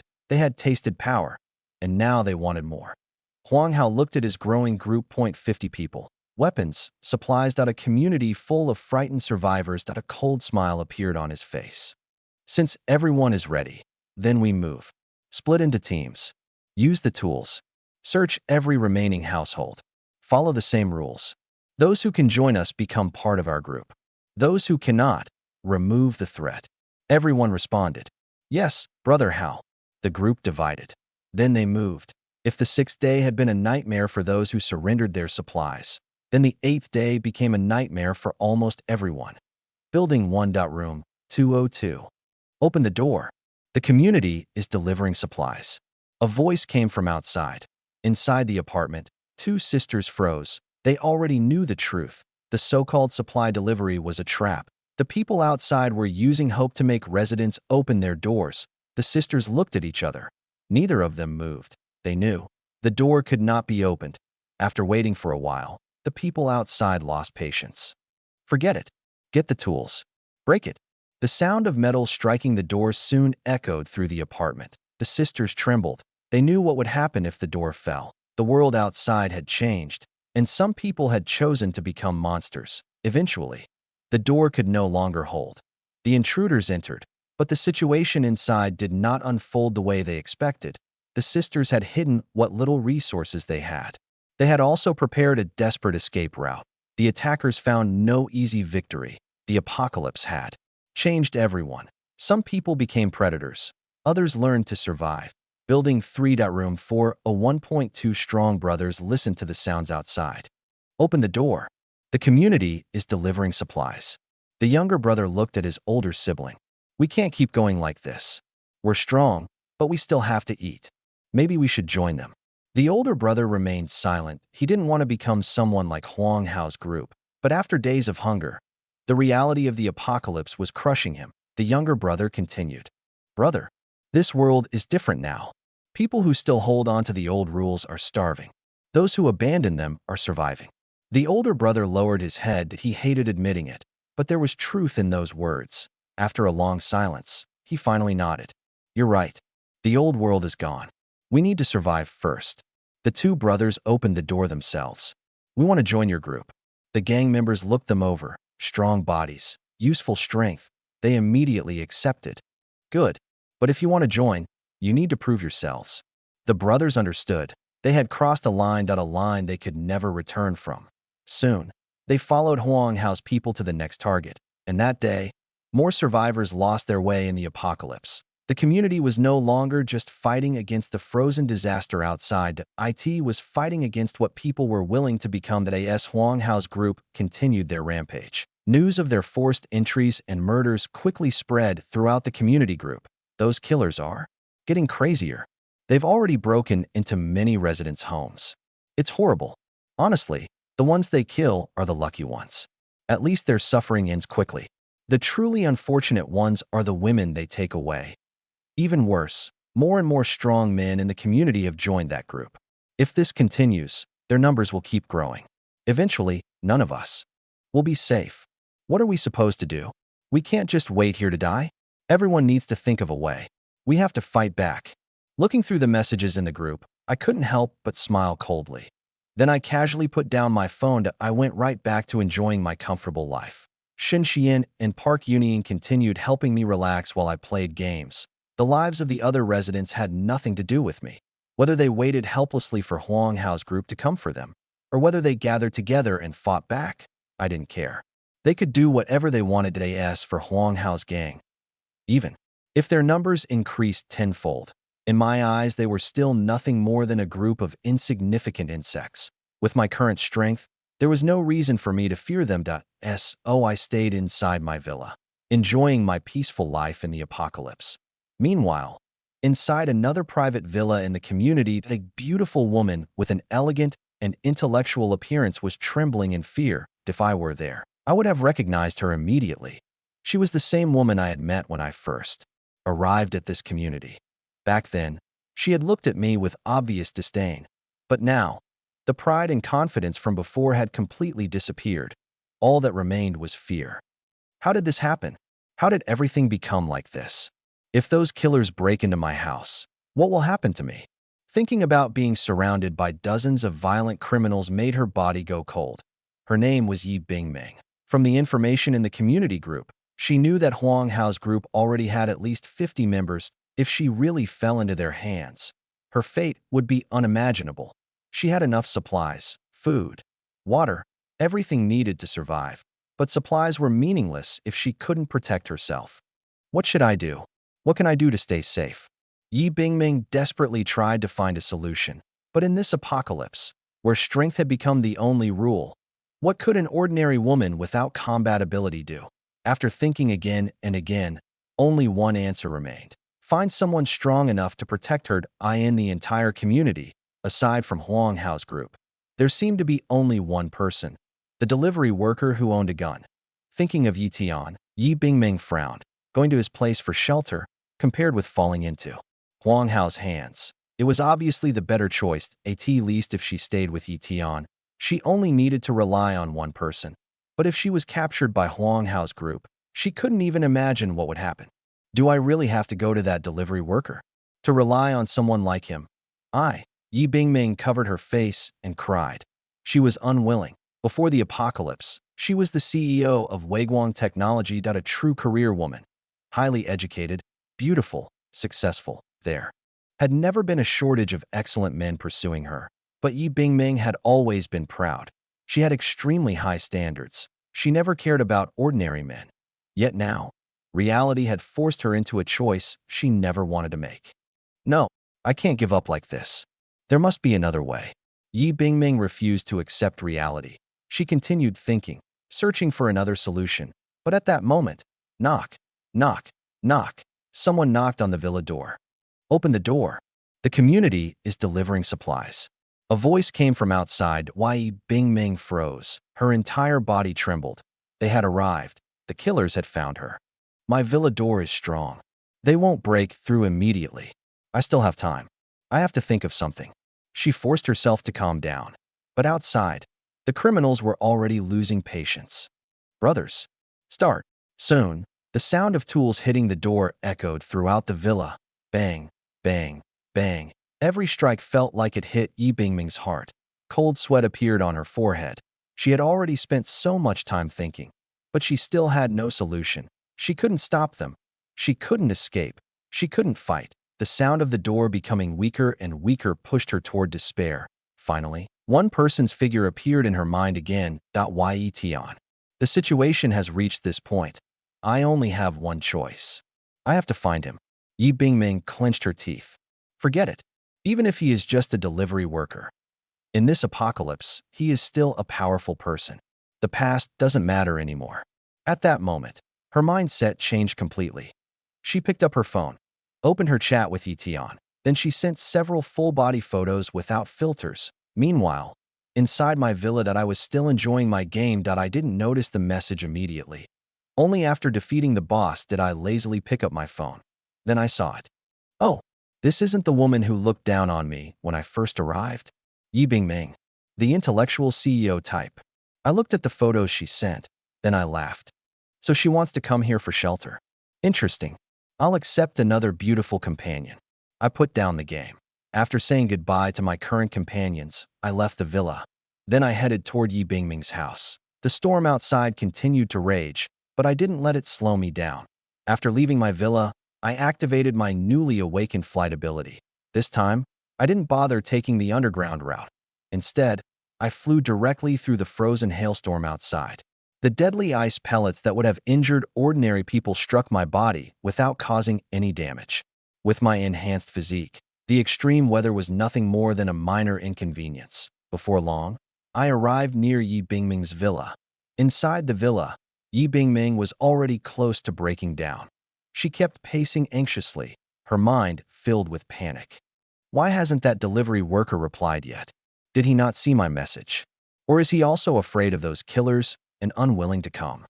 She had never felt this helpless before. Outside, the criminals were already halfway through breaking down her villa door. Through the damaged entrance, she could see the marks left by their cutting tools. The once secure door was barely holding on. It was only a matter of time before they broke through. And once they entered, Yi Bingming didn't dare imagine what would happen. She covered her face and cried, "Please, please come quickly. If you save me, I will do whatever I can to repay you. I just hope you aren't ignoring my message.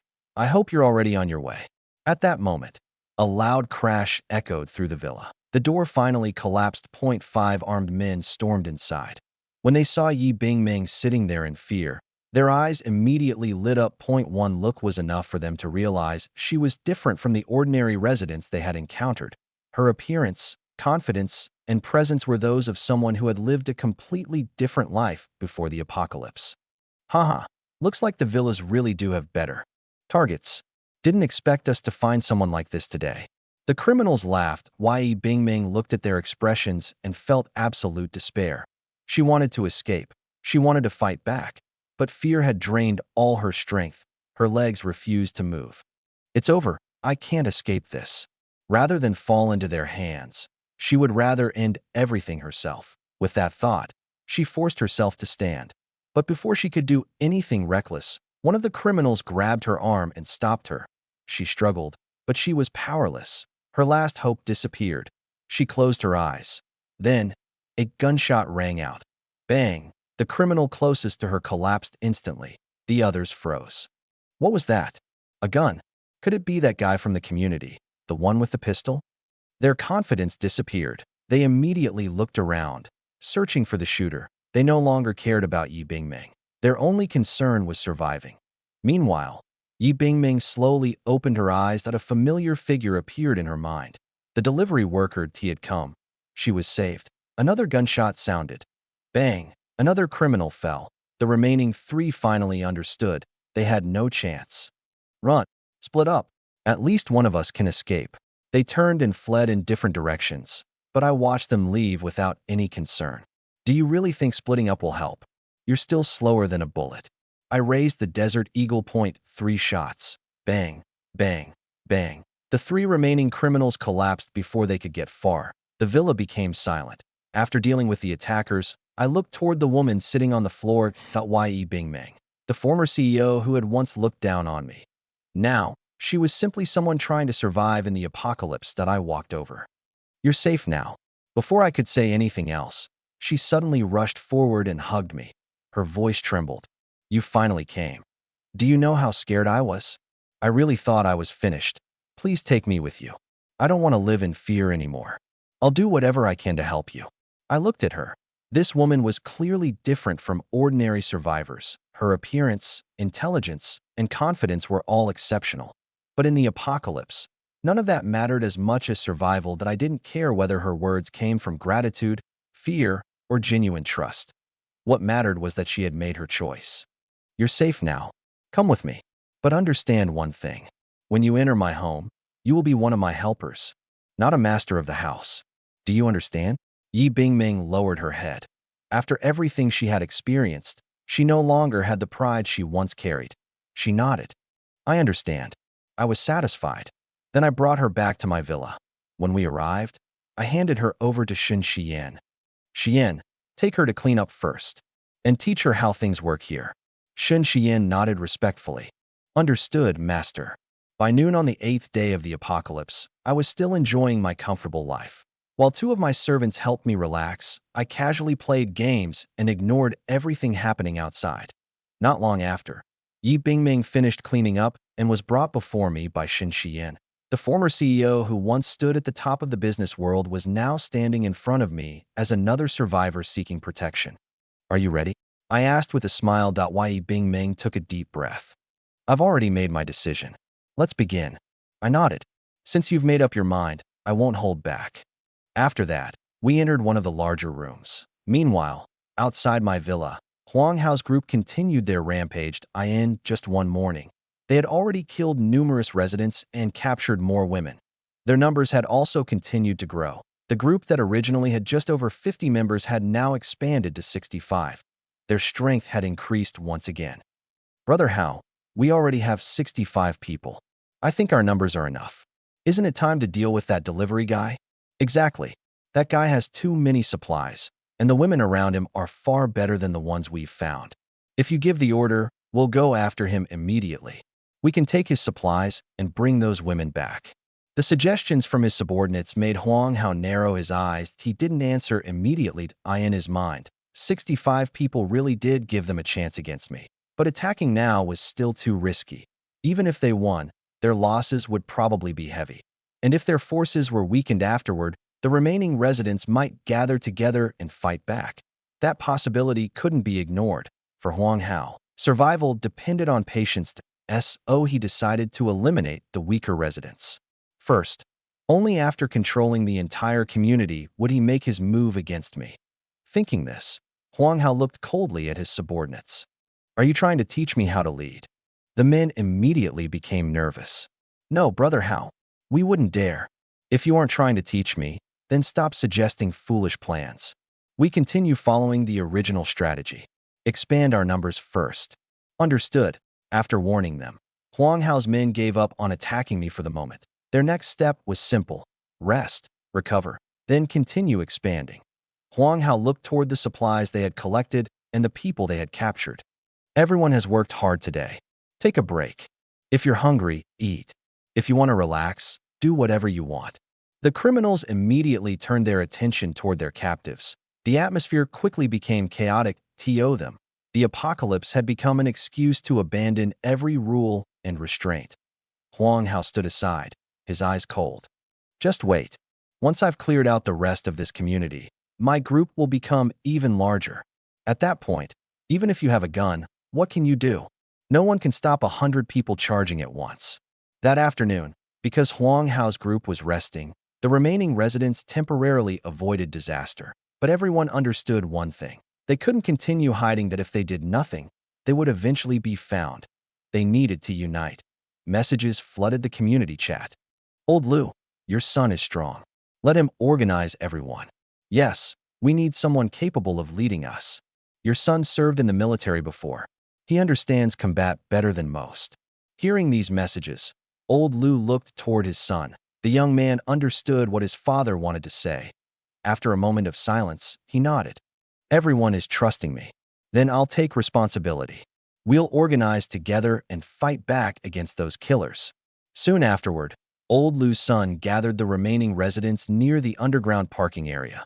Once everyone arrived, he gave a speech that he reminded them that waiting would only lead to death. They needed courage. They needed cooperation. And most importantly, they needed to fight together. After that, he selected the stronger men among the residents and began basic training. The short training wouldn't magically turn ordinary people into soldiers, but it taught them something important. How to cooperate, how to use simple weapons, how to fight as a group. Some residents removed wooden boards from tables and reinforced them into makeshift shields. Others attached blades to long sticks, creating crude spears. It wasn't perfect, but it gave them something they lacked before. A formation. A chance. Throughout the afternoon, they practiced shield formations and spear coordination under Old Lu's son's guidance. By nightfall, the temporary group actually started looking like an organized force. Old Lu's son looked at everyone. The killers won't spare us. Waiting for them means waiting to die. So tomorrow, We attack first. We take the fight to them. Remember what you learned today. As long as we don't make major mistakes, we can defeat them. Everyone responded together. Understood. When I woke up on the 9th day of the apocalypse, my servants had already prepared breakfast. Everything was arranged neatly, waiting for me. Only after I finished eating did they begin eating the leftovers. Looking at this scene, I couldn't help but sigh. Compared to the chaos outside, my life really was closer to paradise. System, sign in. Congratulations. Daily sign-in complete. Reward received. 1 5-star hotel feast. Steel body development increased by 0.1%. As the notification faded, I felt my body become slightly stronger at the same time. Another item appeared inside my storage space at a complete hotel banquet. The dishes were diverse, the presentation was impressive, and the amount of food was enough for 10 people to enjoy a full meal. Not bad. I'll save this. When I gain another servant, I'll use this feast to celebrate.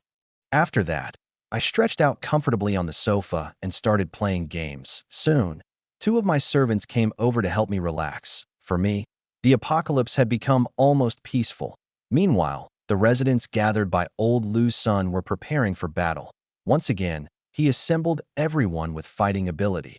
Under his command, the strongest residents stood at the front carrying shields made from wooden boards. Behind them stood others holding makeshift spears made from blades attached to long sticks. Their strategy was simple. The front line would block attacks. The second line would strike through openings. Looking at the formation, Old Lu's son nodded with satisfaction. Good. We keep this formation and push directly toward their base. Don't hesitate. Those people are murderers. Stopping them is the only way we survive. Move out. With his order, the residents marched forward. Along the way, he continued adjusting their formation, making sure nobody broke rank at the same time. Huang Hao's group was preparing their own attack. Brothers, it's time. Today we finish off the remaining residents. Take your weapons. Split into teams. We'll continue breaking into homes. Understood, Brother Hao. The 65 criminals left their base and prepared to divide into groups. But before they could organize, they saw a large group of residents charging toward them. Their formation isn't ready yet. Now is our chance. Attack! Old Lu's son's voice rang out. Charge! The residents rushed forward with shields and spears. The criminals looked at them and laughed. A group of people who have never killed anyone before wants to fight us. How ridiculous. We've already crossed that line. Today we'll show them what happens when they resist. The criminals immediately grabbed their weapons and charged forward. The 2 sides collided at first. Huang Hao's men were confident. But after the first exchange, their expressions changed. The residents were far more organized than expected. The shield carriers absorbed the first wave of attacks at the same time. The spear users behind them attacked through the gaps. Several criminals fell before they could react. Old Lu's son kept shouting commands, maintaining the formation if things continued. This way, the residents might actually win. But Huang Hao quickly realized the problem that he wasn't a fool. The battle was turning against him. Scarface. Tattoo. Take the chainsaws. Destroy those wooden shields. Understood. 2 muscular men stepped forward carrying chainsaws.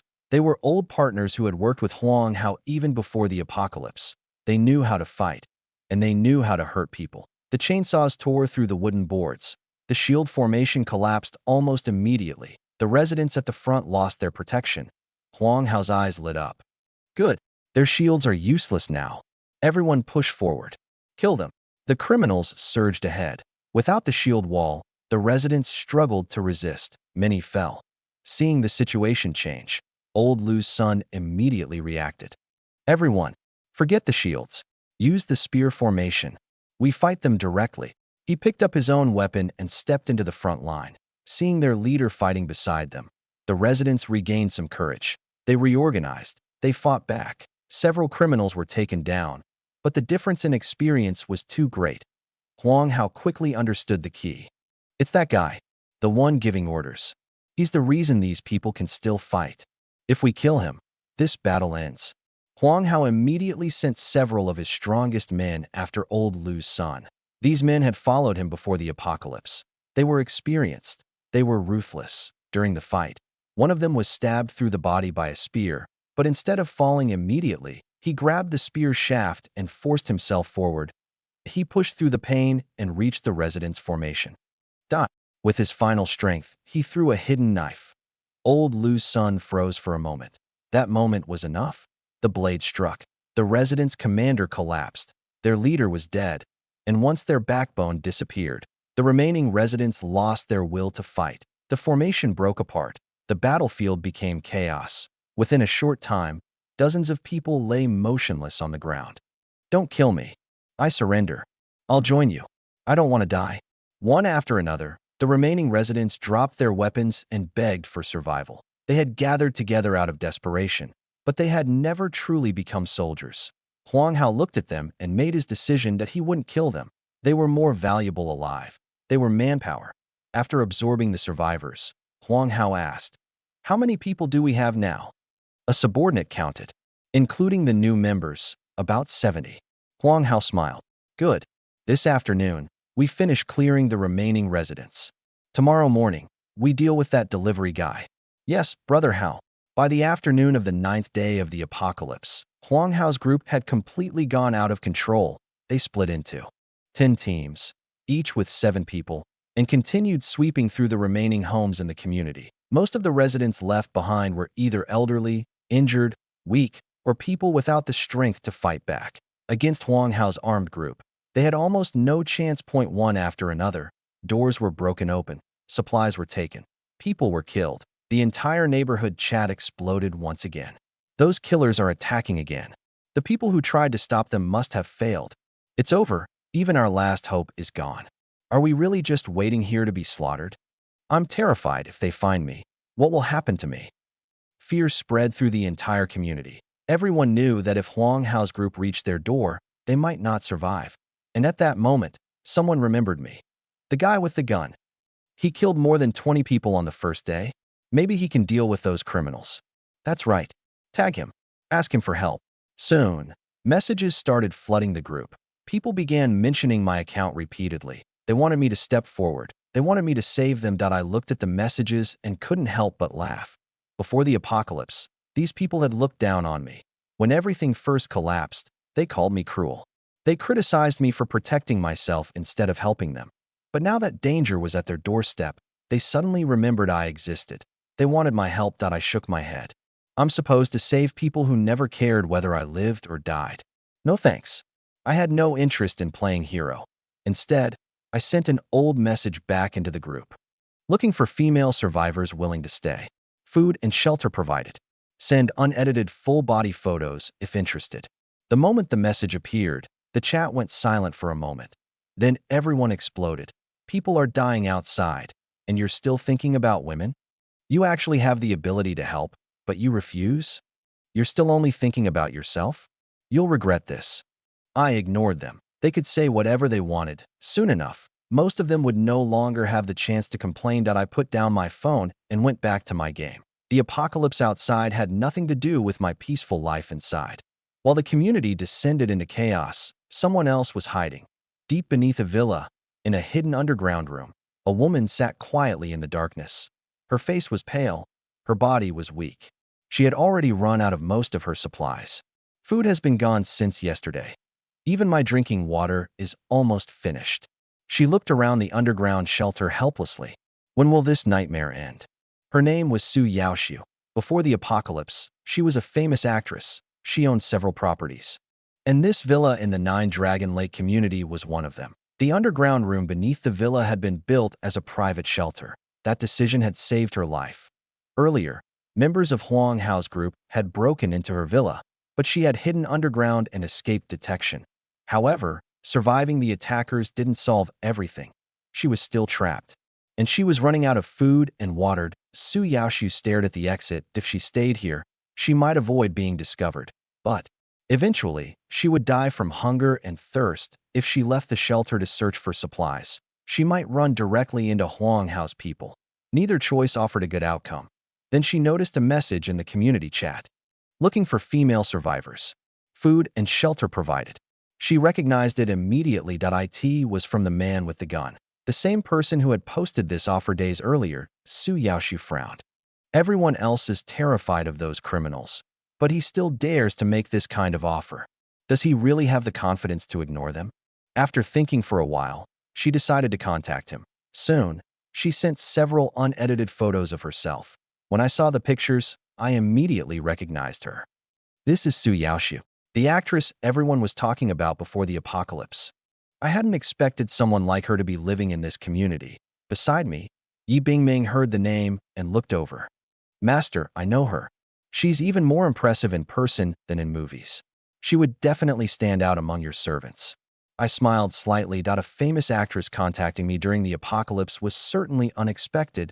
Before I could reply, Su Yaoxiu sent another message. Are you really not afraid of those criminals? They are extremely dangerous. They kill without hesitation.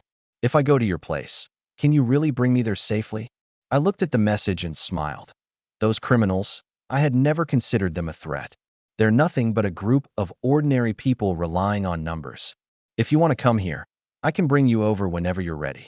After receiving my reply, Su Yaoxiu hesitated.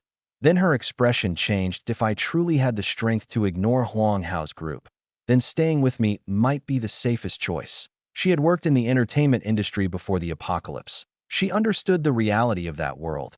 There was no perfect innocence. No one survived by holding on to pride alone. After a moment, she sent another message. Then come get me. I'm willing to stay with you.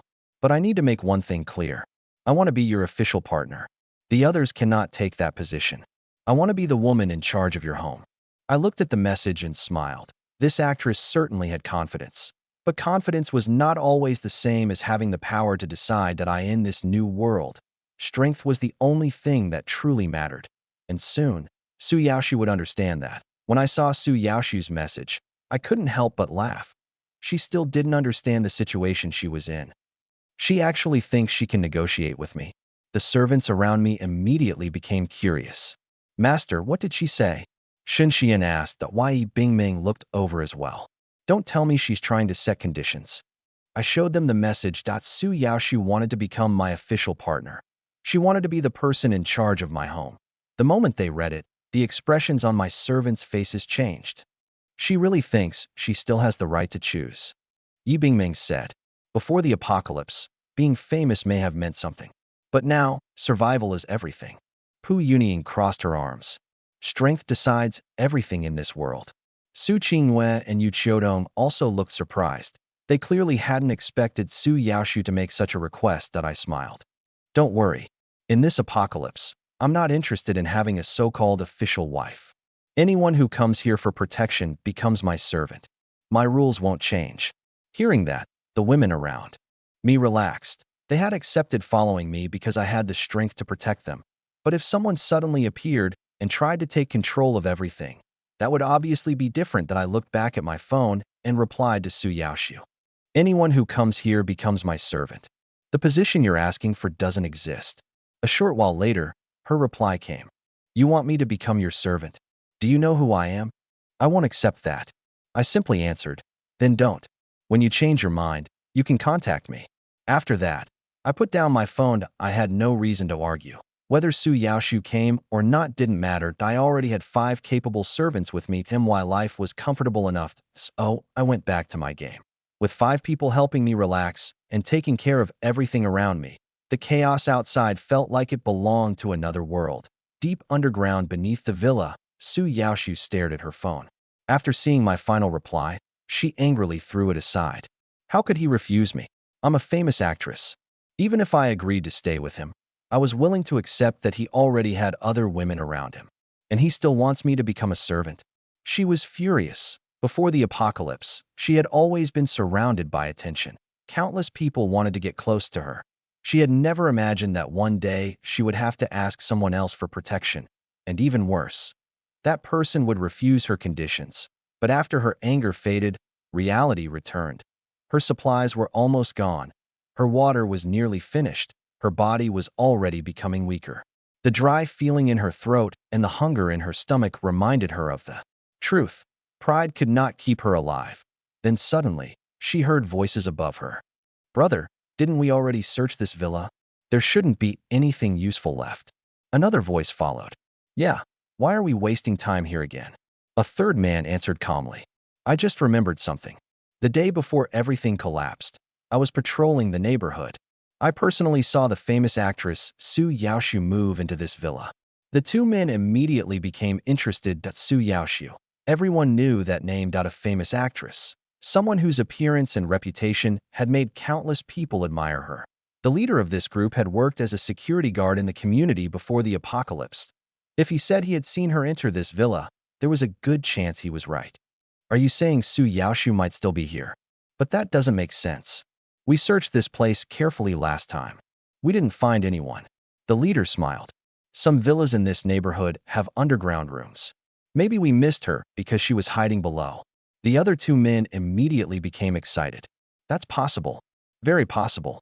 If we find the underground room, we might find her. The leader nodded. Exactly. That's why I brought you back. Search carefully, especially the first floor. Look for any hidden entrances. The three men began searching the villa again, and below them, Su Yaoshu froze. Her face turned pale.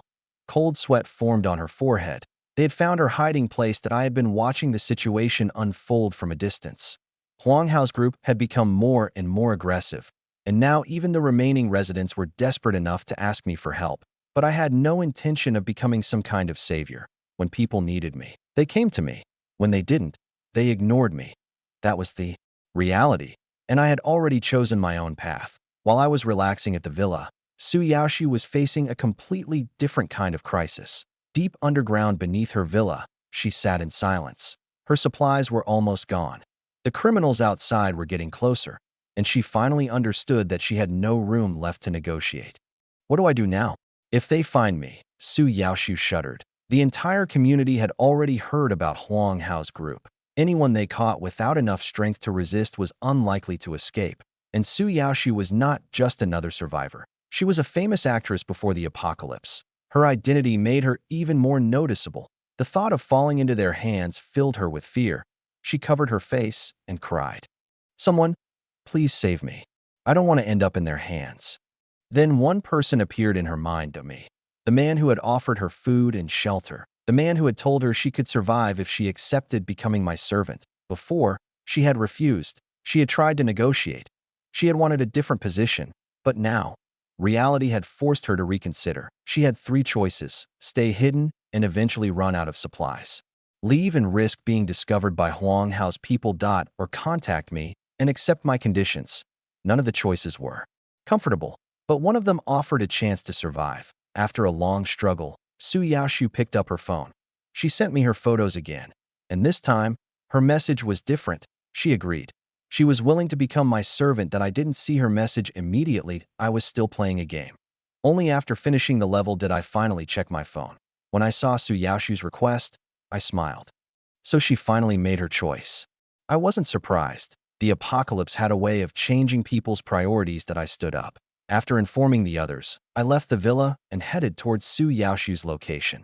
Meanwhile, Su Yaoshu was anxiously waiting for my response. But time passed, and no message came. Her expression became increasingly worried.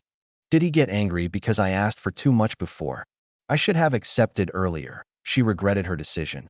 But before she could think any further, the criminals searching the villa found something: a hidden entrance. Brother, this villa really does have a basement. One of the men looked excited. If we break this door open, maybe we'll find something valuable. The leader smiled. I remembered something. Before the apocalypse, I saw Su Yaoshu enter this villa. The other two immediately understood. The famous actress might still be inside. But we searched this place before. We didn't find anyone. The leader shook his head. Some villas have hidden underground rooms. She was probably hiding below. The three men began searching carefully. Soon, they uncovered the entrance to the underground room. Su Yaoshu heard the noise above her. Her face turned pale. They had found her. The sound of tools striking the basement door grew louder. Every impact made her heart sink. She looked at her phone again. Still no reply. Is he really not coming? Did I wait too long? Despair filled her mind. Then she made a decision that if she could not survive, she would at least choose her own ending. But before she could do anything, the basement door finally gave way. The three criminals entered, and they found her. One of them stared in surprise. So she really was here. Their discovery confirmed what they had hoped. Su Yaoshu backed away. She had no way out. The situation was Exactly what she had feared. Then, a gunshot echoed through the room. The criminals froze. Another shot followed.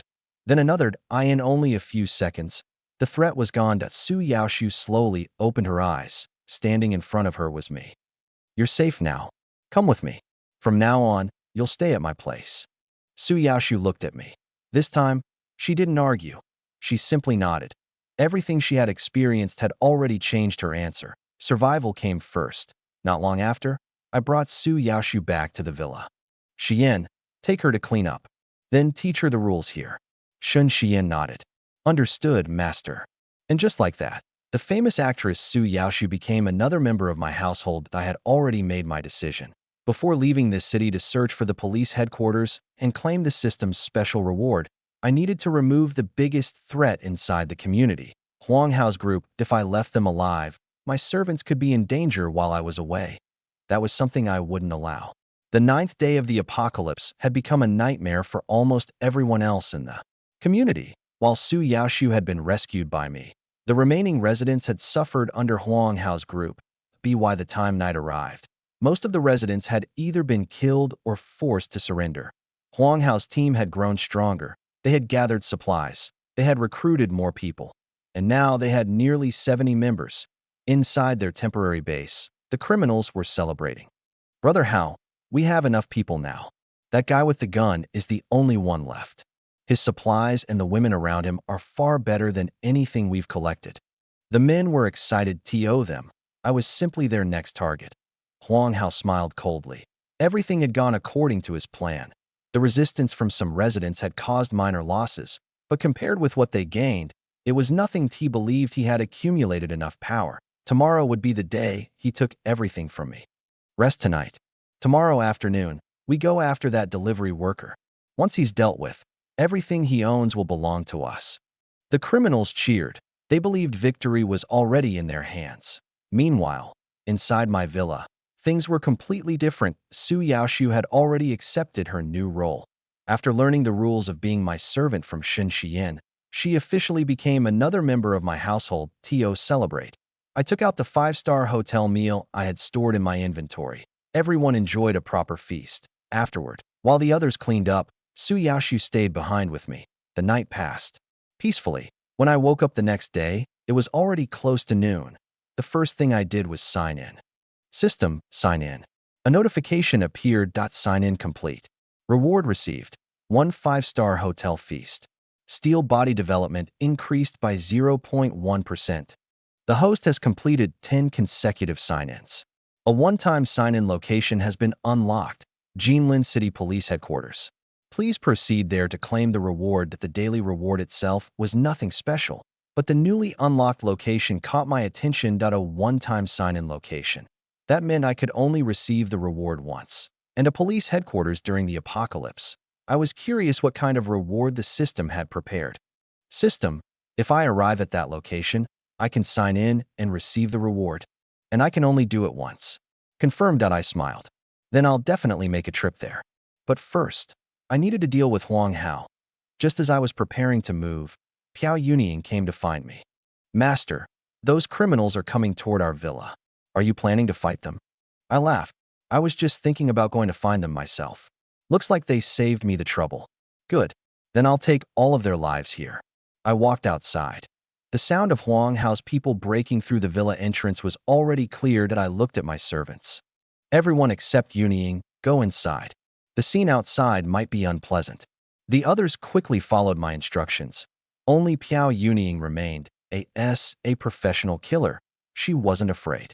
Master, you took several guns from Chun Tianlong's group before. Give me one. I can help. I shook my head. No need. These people aren't worth using a gun against. I opened the door. The criminals outside froze for a moment. They hadn't expected me to come out willingly. Then their expressions turned cruel. Ha ha ha. He opened the door himself. Kill him. The supplies and women inside are ours.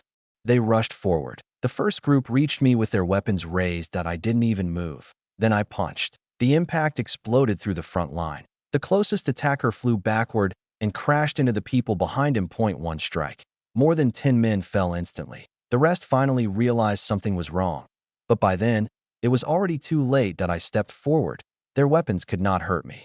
Their numbers meant nothing. Their confidence disappeared as quickly as their lives. Less than a minute later, the entire group was gone. Only Huang Hao remained. He stood there frozen. His carefully planned empire had collapsed in an instant. No, this can't be possible. I gathered so many people. I prepared for so long. How can this happen? He looked at me in disbelief. Why are you this strong? How can a human have power like this? Huang Hao had always believed my strength came from my Desert Eagle. He never understood that the weapon was only a small part of my true power. That I looked at him calmly. When you reach the afterlife, ask the answer there. My fist moved. Huang Hao's final moment arrived. The man who had terrorized the entire community was gone. Just like that, the threat was eliminated. Now I only needed to prepare some protection for my servants. Then I could leave for Jinlin City Police Headquarters. The system reward waiting there. I definitely wasn't going to miss it. That I returned to the villa and took several firearms from my inventory. I handed 3 firearms to the 3 women who had been with me the longest. Yunying, Xian, Xiaotong. Take 1 each. I'll be leaving for a while to handle something. Stay here and wait for me. Piao Yunying accepted the weapon immediately. A professional killer.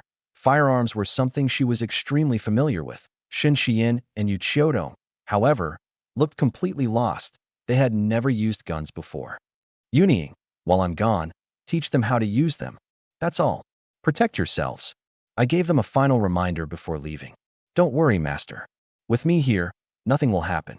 Piao Yunying held the gun confidently. I nodded and left the villa. My steel body development had already reached 5.2%. The poisonous snow outside was no longer a threat to me. I activated my flight ability and headed straight toward Jinlin City Police Headquarters. When I arrived, I didn't bother looking for another entrance. I punched through the main gate and walked inside. System, sign in. A notification appeared. Sign in successful at Jinlin City Police Headquarters. Steel body development increased by 5%. New ability unlocked. Heat vision. A surge of power spread through my body. My physical strength increased dramatically. At the same time, I felt an unfamiliar energy gathering in my eyes. With just a thought, I could release that energy as a devastating beam of heat. Not bad. This special location sign-in really is worth it. Not only did it massively increase my steel body development, it also gave me Superman's heat vision. My confidence in surviving this apocalypse grew even further. After that, I began searching the police headquarters, office rooms, reception areas, meeting rooms. Everything was empty. Then I discovered a corpse. A horrifying corpse. A large portion of the face had been torn away, making identification impossible. The rest of the body was also badly damaged. The internal organs were almost completely gone. I frowned. Did someone actually eat this person? But I quickly rejected that idea. The injuries didn't look like they were caused by humans. The wounds were chaotic. The limbs were mostly untouched. Only the face and organs had been targeted.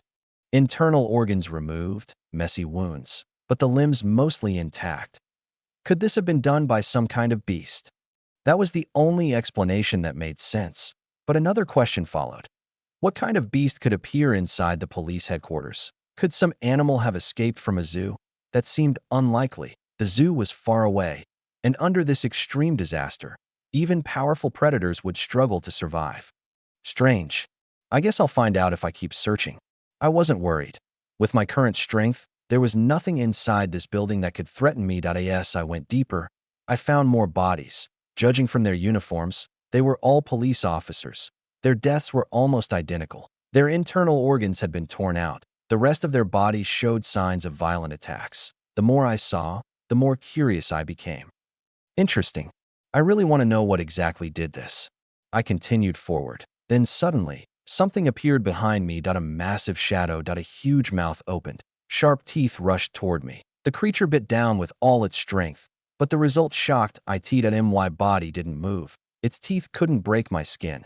Instead, crack, its own teeth shattered. I turned around. What a ragdoll cat. Standing before me was a gigantic cat. A massive version of a ragdoll cat. Before the apocalypse, this breed was known as a gentle pet. Many people kept them because of their beautiful appearance and calm personality. But the creature in front of me was completely different. Its body was enormous. Its eyes were filled with aggression. Blood stained its Mouth.it looked less like a house pet and more like a wild beast. I studied it for a few seconds. Then I reached a conclusion. There's no way a ragdoll cat could grow this large naturally. It must have mutated. If animals can mutate, does that mean humans can too? That possibility made me think. But the mutated cat didn't give me time to continue. It roared and charged again. Its claws flashed toward my face. I smiled. This cat actually wants to fight me. Perfect. I'll use you to test my new ability. Heat vision.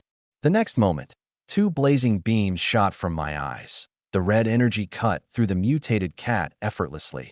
The enormous heat exploded inside its body. The creature collapsed instantly. The mutated beast that had slaughtered everyone inside the police headquarters was destroyed in seconds. Looking at the remains, I understood what had happened. Those corpses were probably all killed by this mutated cat. There should be more victims inside this building. But the question is, did anyone survive? With that thought, I continued searching. I checked every room, every hallway, every possible hiding place. Eventually, I reached a reinforced door. A weapons storage room. The door was specially designed and extremely durable.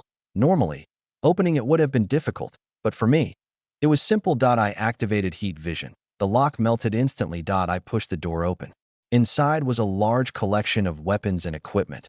When I opened the weapons storage room, I heard voices from inside. The door opened. We're finished. Those beasts are going to get in. Even the reinforced door couldn't stop them.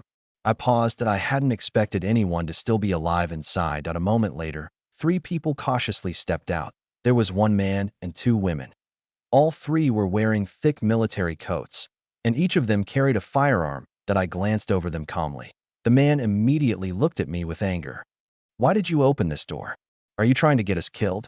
As he spoke, he raised his gun and aimed it directly at me. I looked at the weapon pointed at my face and smiled faintly. A normal handgun was meaningless against my current body. Those beasts you mentioned. Are you talking about the mutated ragdoll cat? One of the women nodded. Not just that cat. There is also a mutated Akita dog. Those 2 pets became monsters. They grew larger than polar bears and killed people around the police headquarters and nearby buildings. We barely escaped into this weapons room and used the reinforced door to survive. And then you. She stopped. But I already understood what she meant. They believed opening the door had put them in danger. That moment, the man holding the gun became even more furious. Damn it, you almost got us killed. I'll kill you first. The moment he finished speaking, he pulled the trigger. The bullet shot toward me. I simply moved slightly. The bullet passed by without touching me. My expression turned cold. You wanted to kill me. Then don't blame me for what happens next. In the blink of an eye, I appeared in front of him. I grabbed his neck and lifted him off the ground. The man struggled desperately. But to me, his resistance was meaningless. I was about to end it. Then one of the women suddenly screamed. Stop! You can't kill him. This is a police headquarters. Do you know who he is? Do you know what consequences there will be if you kill someone here? Her voice continued nonstop. She tried to use rules and status to pressure me. According to her, the man in my hand was named Li Tianming. He was a member of the Li family. Before the apocalypse, the Li family had considerable influence in Jinlin City and even across the country. A person like him was someone ordinary people couldn't afford to offend. I looked at Li Tianming. So that's why you're so arrogant. Because you think your family name still matters. Li Tianming immediately regained his confidence. Now you understand. Release me. Then kneel down and apologize. After that, I can spare your life. Maybe I can even arrange a position for you in one of my family's companies. With your ability, becoming a manager wouldn't be impossible. I almost laughed. Before the apocalypse, his identity might have intimidated people. But now, it was worthless. Someone who tried to kill me and then demanded that I apologize had already made his choice. You should be the one going to hell.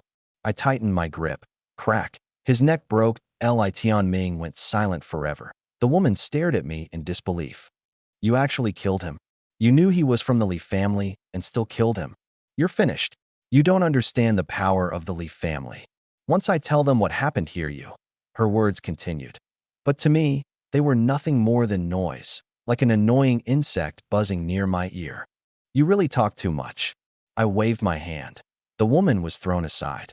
The room finally became quiet. I turned my attention to the remaining woman. and I couldn't help but take a second look. Her military coat covered most of her figure, but her face alone was enough to show that she was an exceptional beauty. Her appearance was no worse than the women in my villa. But right now, her eyes were filled with fear. I assumed she was afraid because of what I had just done, but I was wrong. Her fear was directed at something behind me. Stay careful. There is a monster dog behind you. I turned and a massive creature rushed toward me. It was an Akita, but not the kind people knew. This one was enormous. Its body was larger than a polar bear. Its mouth opened wide, revealing sharp teeth. The woman closed her eyes in despair. She had seen this creature before, together with the mutated ragdoll cat. This monster had killed most of the people inside the police headquarters. Its speed, strength, and defense were beyond ordinary weapons. Even firearms had difficulty stopping it in her mind. Neither of us could survive, but I only smiled. A mutated dog. So what? You're still just a dog. The creature charged closer. I looked at it calmly. Heat vision. Two beams of blazing energy erupted from my eyes. The lasers pierced through the mutated Akita instantly. The energy exploded inside its body. With a violent blast, the giant creature collapsed. Only its head remained. The monster that had terrorized the police headquarters was dead. I looked back at the woman. You can open your eyes now. The beast is gone. Slowly, she opened her eyes. Then she froze. The creature that even bullets struggled against had been killed by me in a single attack. She stared at me in shock. Just how powerful was this man? The woman thanked me. Thank you. You avenged half of our police force. But we still need to stay careful. There is another beast nearby. I almost laughed. Another beast? She must have been talking about the mutated ragdoll cat, the same creature I had already eliminated. The other beast you're talking about is already dead. If you don't believe me, I'll show you. She looked surprised, but nodded. I led her back to the remains of the mutated cat. When she saw the giant creature lying there, only its head remaining, her expression changed completely. She had already witnessed my strength against the Akita, but seeing this confirmed it. I had dealt with both monsters. Now both threats are gone. You don't need to worry about your safety for the moment. Tell me your name. And what happened here? Did those beasts attack anywhere else besides this police station? The woman nodded and began explaining. My name is Jiang Manlin. I'm a police officer at this station. 10 days ago, when the disaster started, everyone here became trapped inside. 6 days ago, we received reports from nearby residents. They said 2 terrifying beasts had appeared and were attacking people in their neighborhood. We wanted to help, but the disaster outside made it impossible to leave. Then 3 days ago, those 2 creatures came here. They killed almost everyone inside the station. In the end, only 3 of us escaped into the weapons room and survived until now. I listened quietly. Everything finally made sense. The mutated ragdoll cat and Akita were most likely ordinary pets before the apocalypse. After the disaster began, they somehow mutated. They slaughtered the people around them, then eventually reached the police headquarters. But something else caught my attention. When I first saw the mutated cat, I had already considered the possibility if animals could mutate. Could humans change as well? If that was true, then this world might already have people with special abilities. I immediately took out my phone and checked online. The internet was still working. The apocalypse had only lasted 10 days. Water, electricity, and communications had not completely collapsed yet. After browsing forums and video platforms, I found my answer. There really were people who had awakened unusual abilities. Some of them had even posted videos showing off their powers. A few powerful ability users had already taken control of certain areas, gathering resources, and building their own groups. I smiled. Interesting. I've spent most of my time either playing games or dealing with things at home. I didn't even notice these ability users appearing. But it wasn't a concern. Compared with my steel body, those abilities were nothing more than small tricks. Still, their existence made this apocalypse much more interesting. I continued talking with Jiang Manlin for a while. Through our conversation, I learned more about her. She wasn't an ordinary officer. Before the apocalypse, she had been well known inside Jinlin City's police system. Many people considered her one of the most outstanding officers in the department. She was respected, capable, and had a reputation that made others hesitate to cause trouble for her. I looked at her. Officer Jiang, you've been trapped inside the weapons room for days. You must be exhausted and hungry. Let's eat first. I waved my hand at a table full of hot food appeared in front of her. Jiang Manlin froze, her eyes widened. After days of survival, seeing a proper meal again was almost unbelievable. The two of us ate. The food quickly restored her condition. Afterward, I looked at her. Everyone in this station is gone. There are no supplies left here. What are you planning to do next? She fell silent. Of course, she understood the situation. If she stayed here, she would eventually run out of food and water. But leaving, where could she go? Then she looked at me. She had personally witnessed what I could do. Two monsters that destroyed an entire police station had been killed instantly. And I could produce food out of nowhere. Strength. Resources. Those were the two things that mattered most in this new world. Finally, she made her decision. I'll go with you. Take me away from here. I could tell she had reached her limit. She had accepted that surviving alone was impossible. However, there was still one thing she wanted. I can protect you and provide you with a safe place. But I need to make something clear. You cannot become my wife. If you want to stay with me and enjoy a safe environment with sufficient supplies, you will be one of my servants. And there are already others. You will not be the only one. Jiang Manlin stared at me. She clearly hadn't expected that answer. She had already understood that status from before the apocalypse no longer mattered. Only strength and resources mattered now. She admired my power. She wanted to rely on me. But accepting the role I offered was another matter. No, I can't accept that. I can only become your wife. I won't become a servant. After saying that, she turned and walked away. I simply smiled. Another person who still hadn't fully adapted to the new world, just like Su Yaoshu before her. A wife? A title? A position? Those things had no meaning to me. I didn't need them. What mattered was survival, strength, and the life I chose to build. I wonder how long she can hold on. I already have her contact information. When reality becomes unavoidable, she'll know where to find me. With that thought, I left the police headquarters. After leaving the police headquarters, I didn't immediately return to my villa. Before the apocalypse, I had stocked up on hundreds of thousands of yuan worth of supplies. That was enough to keep us comfortable for a while, but it was still only hundreds of thousands of yuan worth of supplies, not an endless supply if I kept consuming without replenishing anything. Eventually, even my reserves would run out. So I decided to do a proper supply run. Through Jinlin City, there's a massive Walmart warehouse in the east and another one in the north. The south has the largest shopping mall in the entire city, and the west has a huge wholesale market. Those four places should contain the most supplies in Jinlin City. Time to collect everything useful. With that thought, I flew toward one of the Walmart warehouses. The warehouse doors were tightly sealed. For ordinary people, getting inside would have been almost impossible. But to me, that reinforced steel door was no different from paper. I activated my heat vision. The lock melted instantly, and the warehouse opened. I swept through everything inside and stored all the supplies into my infinite storage space. After that, I repeated the process. The second Walmart warehouse, the largest shopping mall, the massive wholesale market. One by one, I emptied them completely. Food, water, daily necessities, everything useful. By the time I finished, my storage space had gained an enormous amount of supplies. Only then did I fly back home. Master, you're finally back.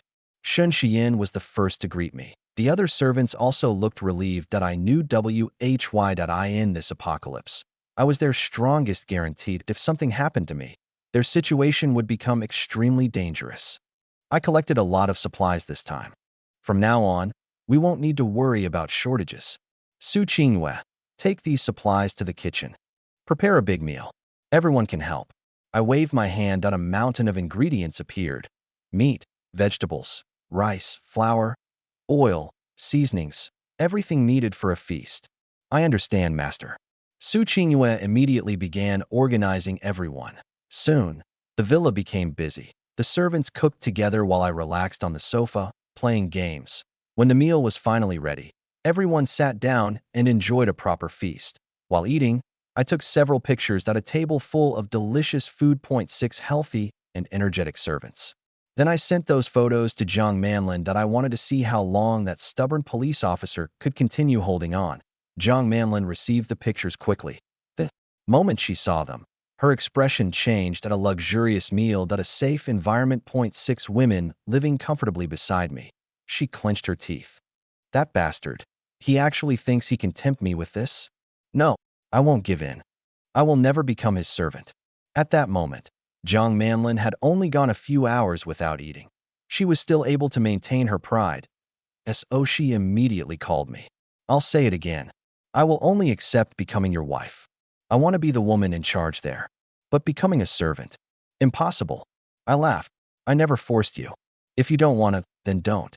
After saying that, I ended the call. There was no point arguing. Reality would eventually teach her the answer. Once she reached her limit, she would understand. Master, this woman is just like Su Yaoshu before. She still hasn't accepted the reality of the apocalypse. Shen Xian shook her head. She probably still thinks her old identity matters. She still sees herself as someone untouchable. Yi Bingming agreed that Su Yaoshu understood that feeling better than anyone. She had once struggled with the same mindset. Back then, she had almost lost everything because she couldn't accept reality quickly enough, but now, she had completely accepted her role.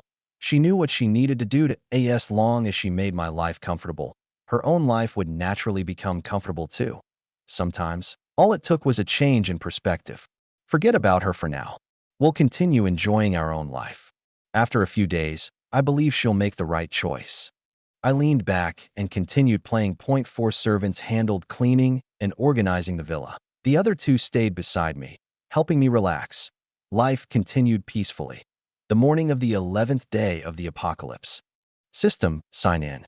A familiar notification appeared. Congratulations, sign in successful. Reward obtained. Enhanced riot vehicle. Steel body development increased by 0.1%.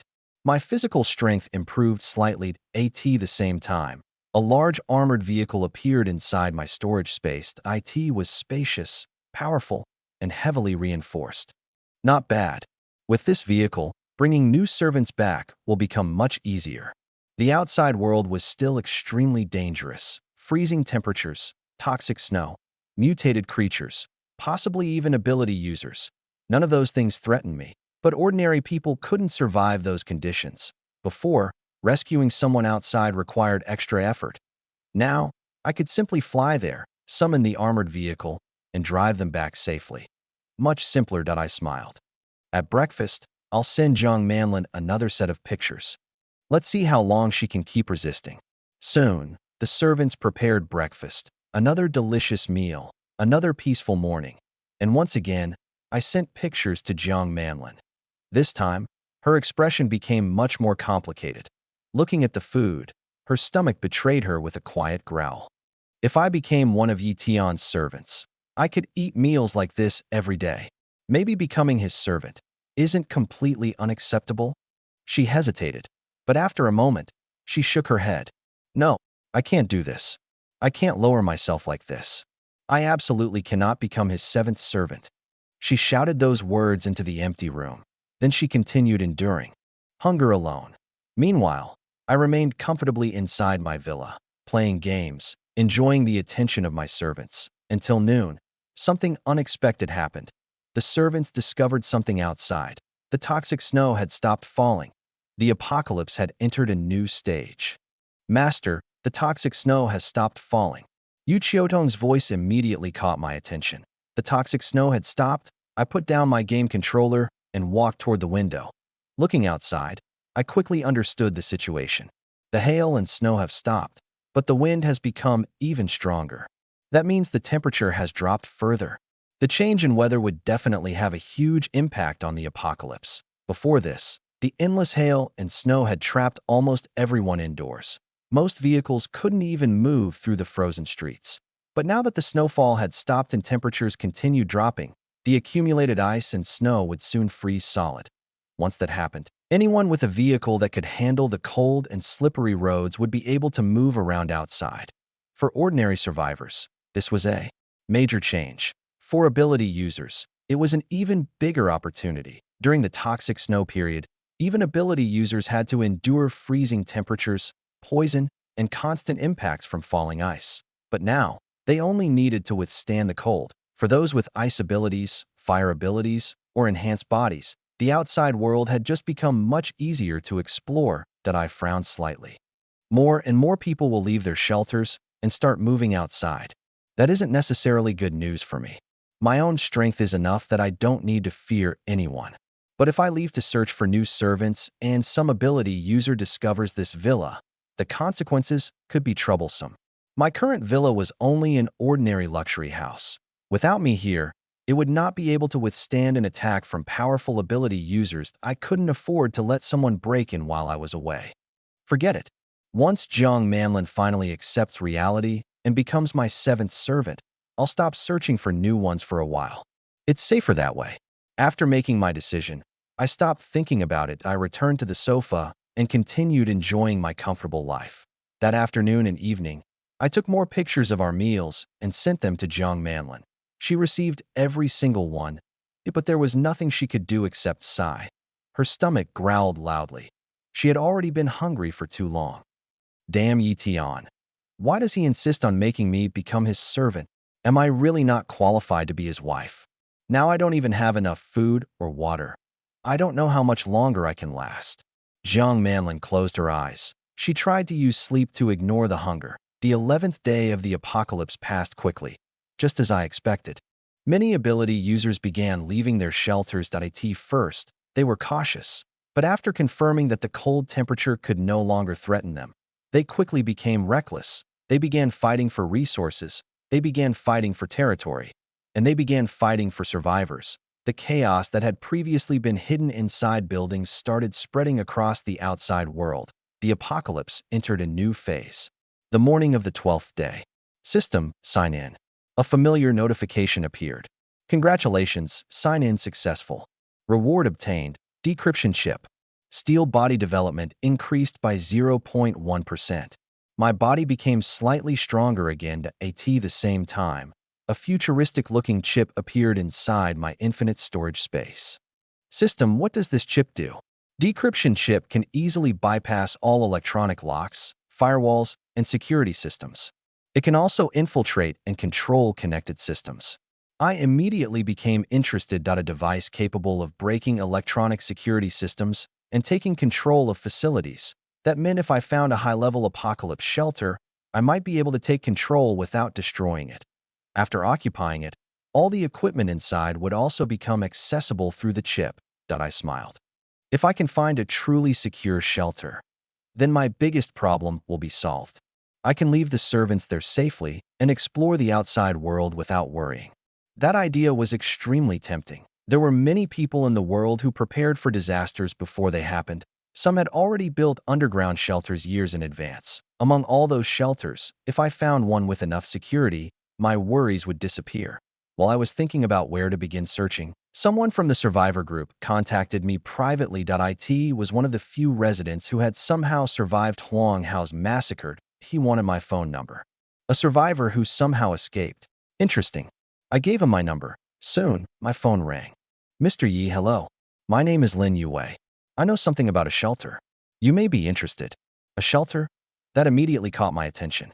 Mr. Lin, I'm interested. Tell me everything you know. The person on the other end took a deep breath. He knew his opportunity had arrived. Mr. Yi, I can tell you the details about this shelter.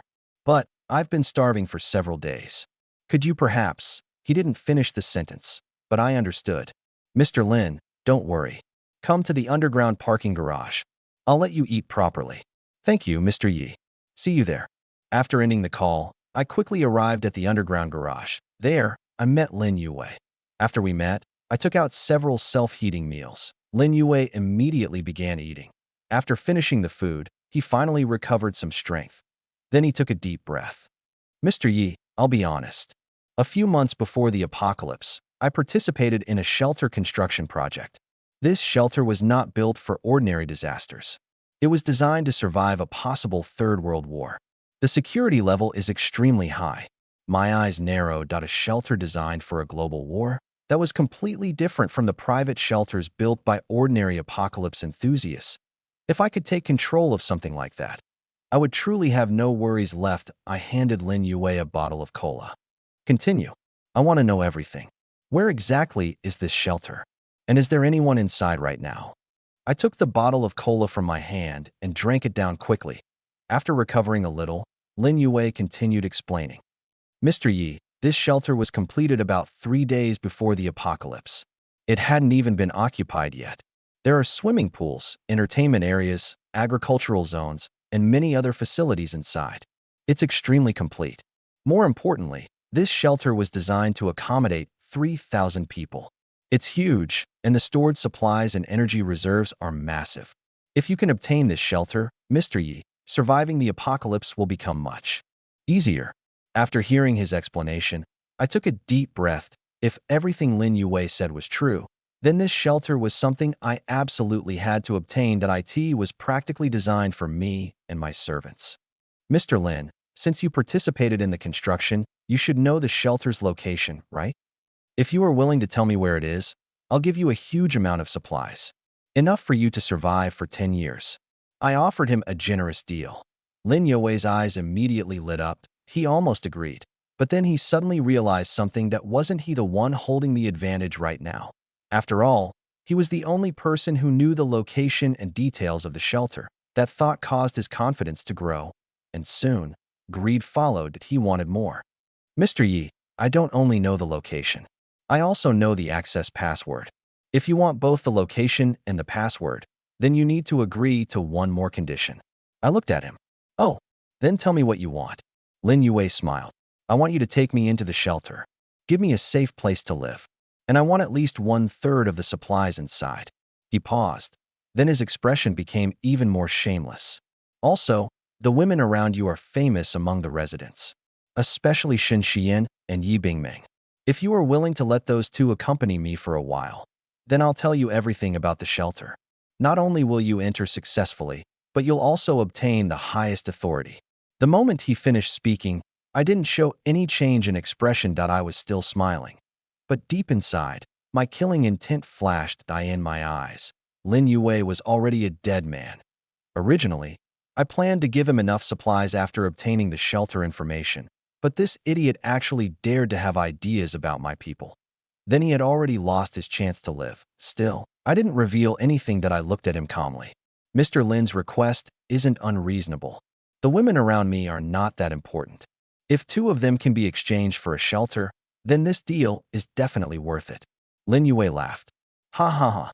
Mr. Yi, you're truly someone who understands the apocalypse. In this world, women are nothing compared to a shelter. He looked extremely satisfied at that moment. He was already imagining things that would never happen. I watched his expression and sneered inwardly. Once I confirmed the shelter's location, he would have no more value, and that would be the end of him. Mr. Lin, I can agree to your conditions. But right now, I don't know whether your information is real. How about this?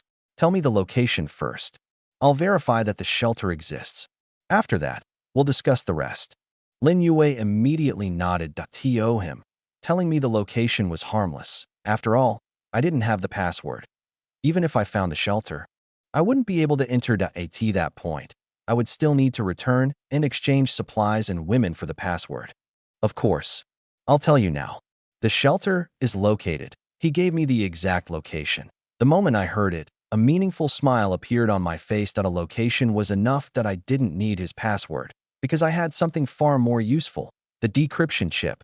After thanking Lin Yue, I returned to my villa. For safety, I handed my infinite ammunition Desert Eagle to Park Yunying. With her experience, she could use it effectively if something unexpected happened. Then I left the community. My destination was the outskirts of Jinlin City.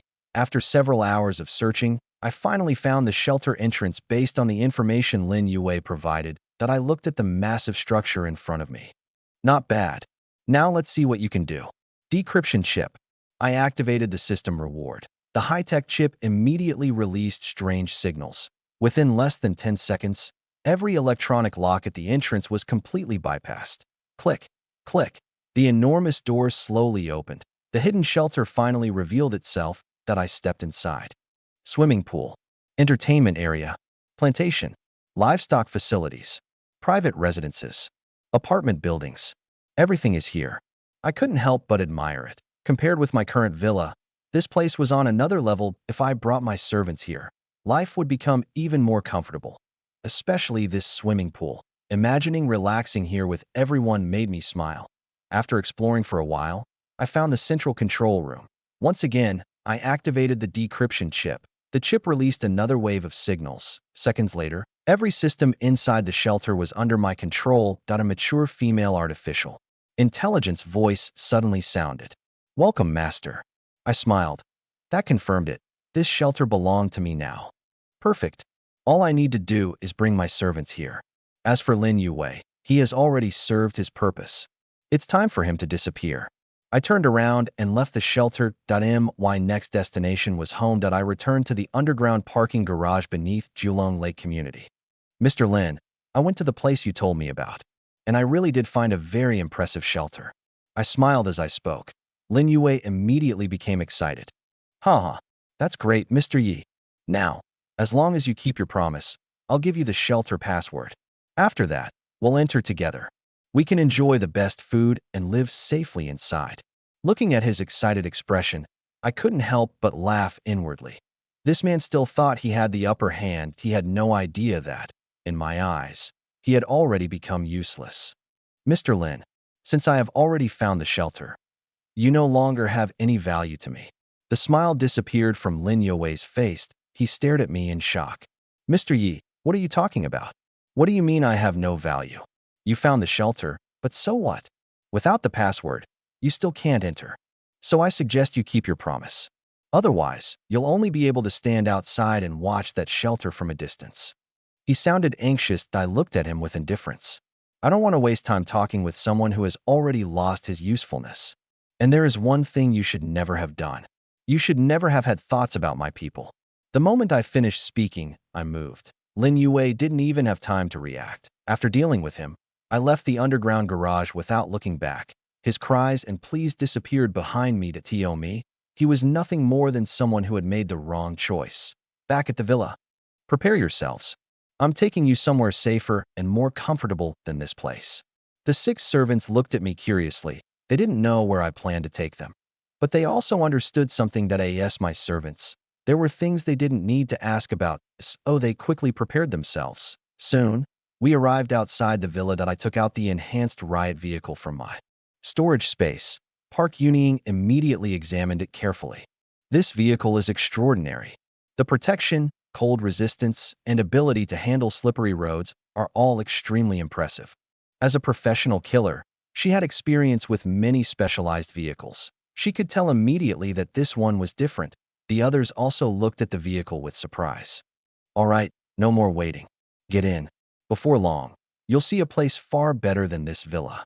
The 6 of them entered the vehicle. Then we started heading toward the shelter. At this point, I assumed that it was only the 12th day of the apocalypse. Even though ability users had started appearing outside, there shouldn't be many of them yet. The chance of encountering one should have been very low.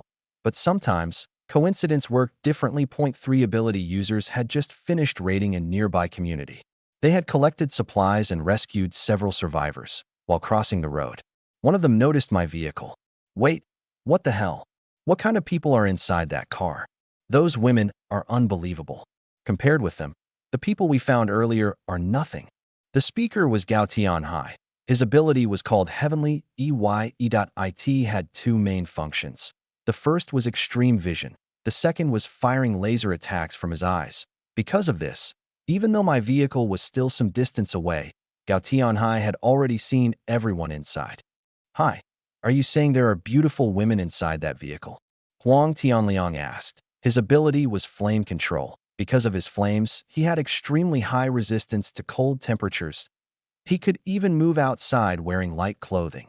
And he could use his flames to help his companions resist the freezing environment. Exactly. There are 6 women inside. And only 1 man. Even if that man is an ability user, the 3 of us should be able to handle him. Gao Tianhai's eyes were filled with excitement. The other 2 ability users immediately became interested. 6 women, 1 man. That man was probably not ordinary. But so what? They had 3 ability users, and each one of them had a powerful ability. They believed the advantage was completely on their side. "This is our lucky day. Let's ambush them. We'll take care of the man and take what we need." Sun Jijia smiled. His ability was physical enhancement. His body was far stronger than ordinary humans. Cold temperatures were meaningless to him. "The vehicle is getting close. Get ready," Gao Tianhai warned. The three ability users moved to the roadside. They hid themselves and waited. Meanwhile, I had no idea three ability users were waiting ahead. Of course, even if I knew, I wouldn't have cared. I simply drove along the road with my 6 servants. The enhanced riot vehicle moved steadily through the frozen streets. Soon, we reached the ambush location.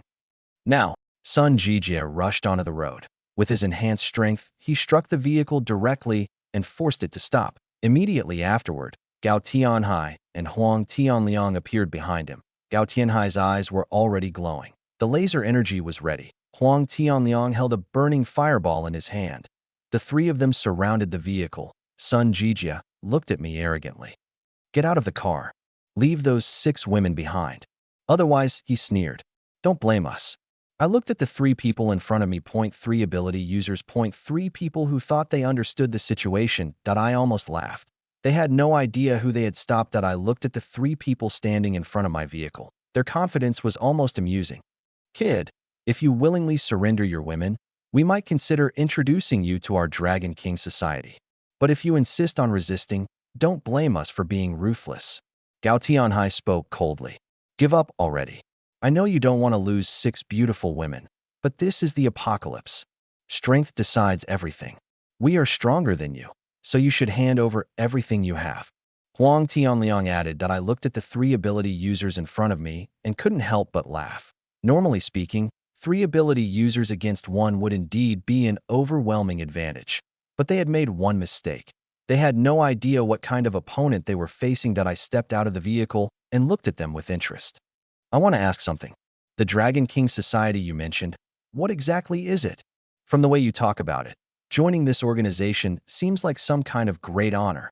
The 3 ability users looked surprised. They clearly didn't expect me to ask about their organization. Gao Tianhai snorted. "You don't have the qualifications to know more about the Dragon King Society. Just understand one thing. It is not an existence you can afford to offend." I ignored his arrogance. My current strength. Dealing with these 3 people was no different from crushing insects. But the Dragon King Society had caught my attention. So I decided to learn more before taking action. Unfortunately, the other 2 had already lost patience. "Enough, Xiao Gao. Why waste time talking with someone who is already dead? Let's finish him and take those women." Sun Jijia stepped forward. Huang Tianliang nodded. "Exactly. There's no need to recruit him anymore. We can just take care of him." The 3 exchanged glances. Then they attacked at the same time. A bright laser shot from Gao Tianhai's eyes. A blazing fireball flew from Huang Tianliang's hand. At the same moment, Sun Jijia grabbed a massive stone and threw it toward me with incredible force. All 3 attacks hit. The impact created a huge cloud of dust. Gao Tianhai smiled. "It's over. Let's go get those women." Sun Jijia grinned. "Haha, today really is our lucky day." Huang Tianliang looked toward the vehicle. "That woman with the executive aura looks interesting."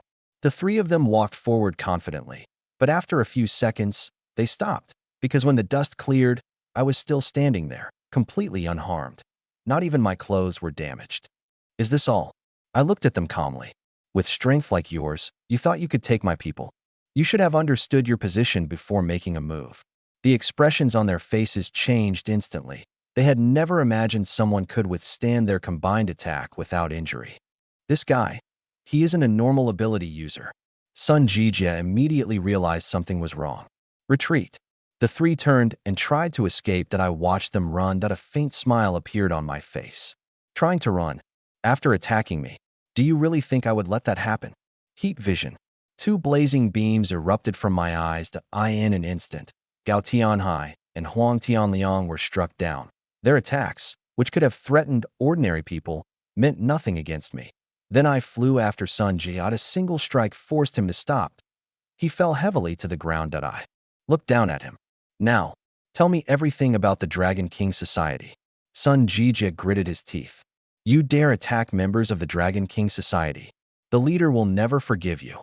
Before escaping, I secretly sent your picture back. You will be hunted forever." I frowned. This person still didn't understand the situation. "You are still threatening me. Looks like I need a different approach." After that, I forced him to reveal everything he knew. Sun Jijia's enhanced body made him tougher than ordinary people, But endurance only meant he could last longer. It didn't mean he could ignore pain. Eventually, his resistance collapsed. I'll talk. I'll tell you everything. Please stop. I nodded. Good. Now tell me about the Dragon King Society. Everything you know.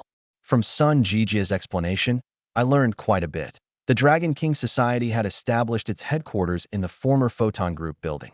Ability users occupied the highest positions inside the organization. Their leader was an extremely powerful figure. The organization had gathered many ability users and controlled a large area of the city. And because of these three people, they had now noticed my existence. After hearing everything, I calmly ended Sun Jijia's life. A group of ability users? Interesting. They are already targeting me. But it doesn't matter. If they really come looking for trouble, I'll deal with them. To me, they were only another obstacle. Nothing more. I returned to my vehicle and continued toward the shelter with my 6 servants. The rest of the journey was peaceful. Soon, we arrived at the shelter entrance. Because I already possessed complete control authority, opening the massive entrance was effortless. When my servants entered the shelter, they were stunned. The facilities inside were far beyond their expectations. A swimming pool, a recreation area, a planting zone, living quarters, everything needed for survival was here. This place has everything. It is like a paradise. Shin Xian looked around excitedly. Park Yuning also smiled. Master, thank you. You actually brought us to a place like this. Su Qinghua looked around in amazement. Master really is incredible. The others were equally surprised. Their trust in me grew even stronger. I smiled. Since we have arrived at such a good place, shouldn't we celebrate properly? The 6 women looked at me curiously. They already knew that whenever I said something like this, something interesting was coming. I looked toward the swimming pool. How about we enjoy this place together? The 6 servants understood immediately. Their faces turned slightly red, but none of them objected. Soon, the new shelter was filled with laughter, and our new life inside this underground paradise officially began.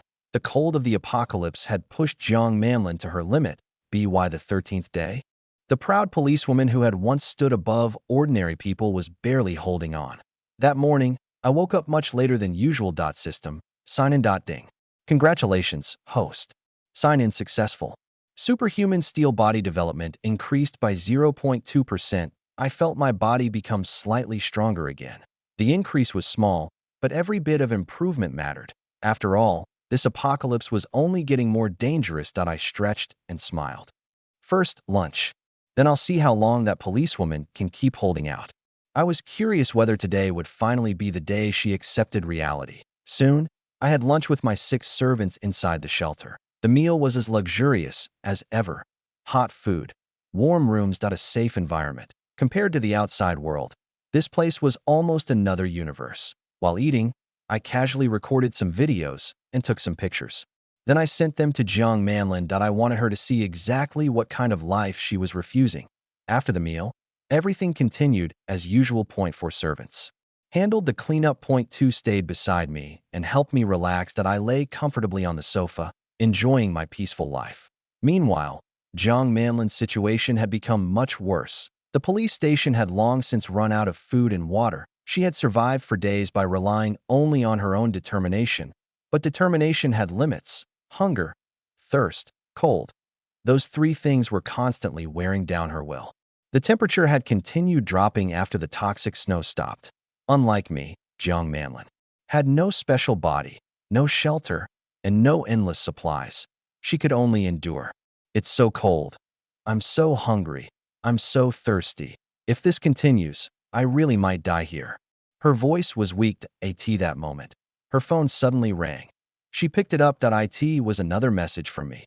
Pictures and videos. Inside them, I was sitting in a warm shelter with my servants. Everyone looked healthy. Everyone looked happy. And there was a table full of delicious food. Jiang Manlin stared at the images. Her stomach reacted before her mind did. She swallowed. Servant. Do I really have to become his servant? She lowered her head. I can't believe this is happening to me.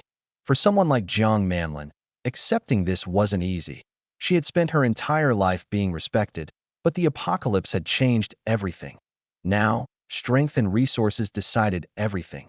Not status, not reputation, not pride. She wiped her tears and forced herself to calm down. But then, a sound reached her ears, a low, terrifying roar. Jiang Manlin immediately became alert. That sound was familiar. It was similar to the mutated creature she had encountered before. Another monster. Has something come near the police station? Her face turned pale. If a mutated beast found her now, she had no way to fight back. The roars became louder, closer. The pressure kept building. Finally, after days of hunger, thirst, cold, and fear, her resistance collapsed. She picked up her phone. After hesitating for a long time, she typed one sentence. I agree. Take me away. When I saw the message, I smiled. The proud policewoman had finally accepted reality. I replied immediately. I'll come get you. Wait for me. Then I informed my servants and left the shelter. With my flight ability, reaching the police station took almost no time. When I arrived, I found Jiang Manlin looking completely exhausted. The confident policewoman from before was now pale and weak. I looked at her and smiled. Jiang police officer, it's been a while. Since you've agreed to become my servant, I won't treat you unfairly. Eat first. I took out several hot dishes, water, and drinks. The moment Jiang Manlin saw the food, she could no longer maintain her composure. She immediately began eating. After a proper meal, her condition improved noticeably. Her face regained some color. Her eyes became clearer. I looked at her. Now, it's time to fulfill your promise. Jiang Manlin froze slightly. Then she lowered her head. She had already prepared herself mentally. I understand. I'm ready. Seeing her expression, I couldn't help but laugh. She looked like she was preparing for some great sacrifice. But there was no rush. Water was extremely valuable in the apocalypse. Someone trapped in the police station for days obviously couldn't maintain normal hygiene. I wasn't interested in dealing with that right now. Don't worry. I'm not impatient. You'll come with me first. After you clean yourself up, then we can talk. Jiang Manlin looked surprised. Clean myself up? Are you saying your place still has water for showers? I smiled. Of course. Water that others consider priceless isn't a problem for me. Her expression changed. For the first time in days, there was a hint of anticipation in her eyes. A shower, a warm shower. That alone felt almost impossible in this apocalypse. I released the reinforced armored vehicle and let her get inside. Rest here. You'll arrive at my shelter soon. When you're cleaned up, you can properly serve me. Jiang Manlin's face turned slightly red, but this time, she didn't argue. The vehicle started moving toward the shelter, and Jiang Manlin sat quietly inside. She was nervous, but she also looked forward to what was waiting ahead. What I didn't know was that shortly after we left, several new visitors arrived at the police station. Li Tianming should have been trapped here during the apocalypse. Search carefully. We need proof. A man surrounded by freezing air spoke coldly. Yes, leader. The group searched the entire police station. Eventually, they found Li Tianming's body. The cold-faced man examined the corpse. The result surprised him. Li Tianming had not died from the cold. He had not been killed by a beast. His neck had been broken by another human. Someone had killed him. The man's expression darkened. Recover all surveillance footage. I want to know who dared to kill Li Tianming. Understood. After some time, they recovered the recordings, and on the screen, they saw me. They watched me effortlessly kill Li Tianming. The identity of the killer was confirmed. The cold-faced man stared at the screen. Download this footage. We're returning. The family will send someone to deal with him. Yes, leader. When Jiang Manlin entered my underground shelter, the first thing she noticed was the warmth. After spending days trapped in the freezing police station, the comfortable temperature almost felt unreal. She looked around carefully. This place had everything. Basic living facilities, recreation areas, even a swimming pool and entertainment spaces that seemed impossible to maintain during the apocalypse. So this is how Yi Tian has been surviving. While everyone outside is struggling just to stay alive, he has created a place that looks even better than before the apocalypse. The more Jiang Manlin observed, the more she understood the gap between this shelter and the outside world. Outside was a frozen wasteland filled with danger. Here, everything was orderly and comfortable. For the first time in many days, she felt a sense of security. Maybe staying here isn't such a bad choice. If becoming Yi Tian's servant means I can survive and live in a place like this, perhaps I can accept it. I watched her quietly. The proud policewoman who had once refused my offer now stood in front of me after facing the reality of the apocalypse. She had finally understood something everyone eventually had to learn that in this world, survival came first. That I called Shun Xian over. Xian, this is Jiang Manlin. She'll be staying here from now on. Take her around and explain the rules of the shelter. Shun Xian nodded. Understood, master. She then brought Jiang Manlin away. While they were gone, I relaxed on the sofa. The shelter was becoming more and more lively. I called Yu Qiutong and Su Qingwei over to help me relax, while I spent some time playing games. A few hours later, Shun Xian returned with Jiang Manlin. She had cleaned herself up and changed into suitable clothes. Compared with the exhausted woman I had rescued from the police station, she looked much more composed now. She stood in front of me, still slightly nervous. Master, she hesitated, unsure what to say. I smiled. It's fine. If you don't know what to say, then don't force yourself. Just remember that this place is your home now. Jiang Manlin nodded. The pride she once carried as a police officer had slowly been replaced by the determination to survive. The next morning, I woke up feeling refreshed. I immediately called out. System, sign in. Ding. Congratulations, host. Sign in successful. Obtained 10 billion cubic meters of purified water. Superhuman steel body development increased by 0.1%. A small improvement flowed through my body. At the same time, my storage space gained an enormous amount of purified water. I looked at the new resources and smiled. Water was one of the most important supplies in the apocalypse. With this amount, the shelter's water needs would never be a problem. However, I wasn't going to simply sit back and enjoy life forever. Food and supplies were already abundant, but maintaining such a massive underground shelter required more than that: electricity, fuel, natural gas. All of these were essential if the energy supply ran out someday. Even this perfect shelter would eventually stop functioning. I also had another problem to deal with: the Dragon King Society. After those 3 ability users attacked me, that organization had already become aware of my existence. Leaving a potential threat unchecked was not something I wanted. Collect energy resources while dealing with the Dragon King Society. Those two things can be done together. I made my decision. On the way to their headquarters, I could search for fuel and other resources. After destroying the Dragon King Society, their supplies would naturally become mine. Just as I was preparing to leave, Jiang Manlin woke up. She quickly called out to me. Master, can I ask you for a favor? I turned around curiously. What is it? Jiang Manlin hesitated before speaking. I have an older sister. Her name is Jiang Yufei. She teaches at Jinlin University. She might still be there. She took out her phone and showed me a photo. I looked at the woman on the screen. She had an elegant appearance and a calm, intellectual temperament. She looked completely different from the chaos outside. A university professor who had probably never imagined the world would change like this. Jiang Manlin looked at me carefully. I don't know whether she is safe, but if possible, I hope you can save her. I looked at the picture again. Jiang Yufei, a professor at Jinlin University. Another person who might still be waiting for help. I smiled slightly. It seems I have another destination to visit. I looked at the photo Jiang Manlin showed me and narrowed my eyes. Are you sure this isn't just a heavily edited picture? Jiang Manlin immediately shook her head. I'm sure. That's exactly what my sister looks like. Hearing that, I couldn't help but smile. If Jiang Yufei really looked like this, then there was no reason for me to ignore her. Jiang Manlin then became serious. I contacted my sister 2 days ago.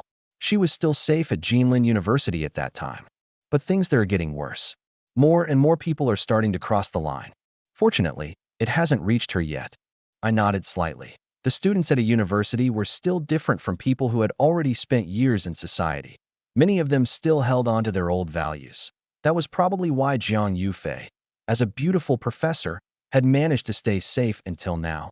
But the apocalypse was changing everything. If order never returned, more people would eventually abandon their morals. And when that happened, even a university campus would not remain peaceful.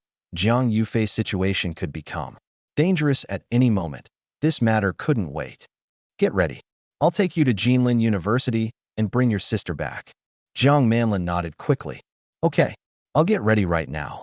She immediately got up and prepared herself. Not long after, we left the shelter together. I drove the reinforced armored vehicle toward Jinlin University. The journey was surprisingly smooth that we didn't encounter any ability users. That wasn't strange. Ability users were still a tiny minority among the population. Meeting one randomly on the road was actually quite unlikely. Soon, we arrived at Jinlin University. Did your sister tell you where she has been staying these past few days? I asked. North Cafeteria. She said she had been staying there. I nodded. That explained a lot. A cafeteria was one of the best places to survive in the early apocalypse. There was food storage, shelter, and plenty of space. I drove directly to the North Cafeteria. After getting out of the vehicle, Jiang Manlin grabbed my hand and hurried inside. The moment we entered, several students noticed us. You're from outside. One student looked at us in disbelief. Yes, we came from outside. The students immediately became excited. Are you here to deliver rescue supplies? I shook my head. Rescue supplies? At this point, you still believe someone is coming to save you. We're only here to find someone. We're not here because of supplies. The excitement on the students' faces disappeared. They lowered their heads silently. The hope they had been holding on to seemed to fade a little more.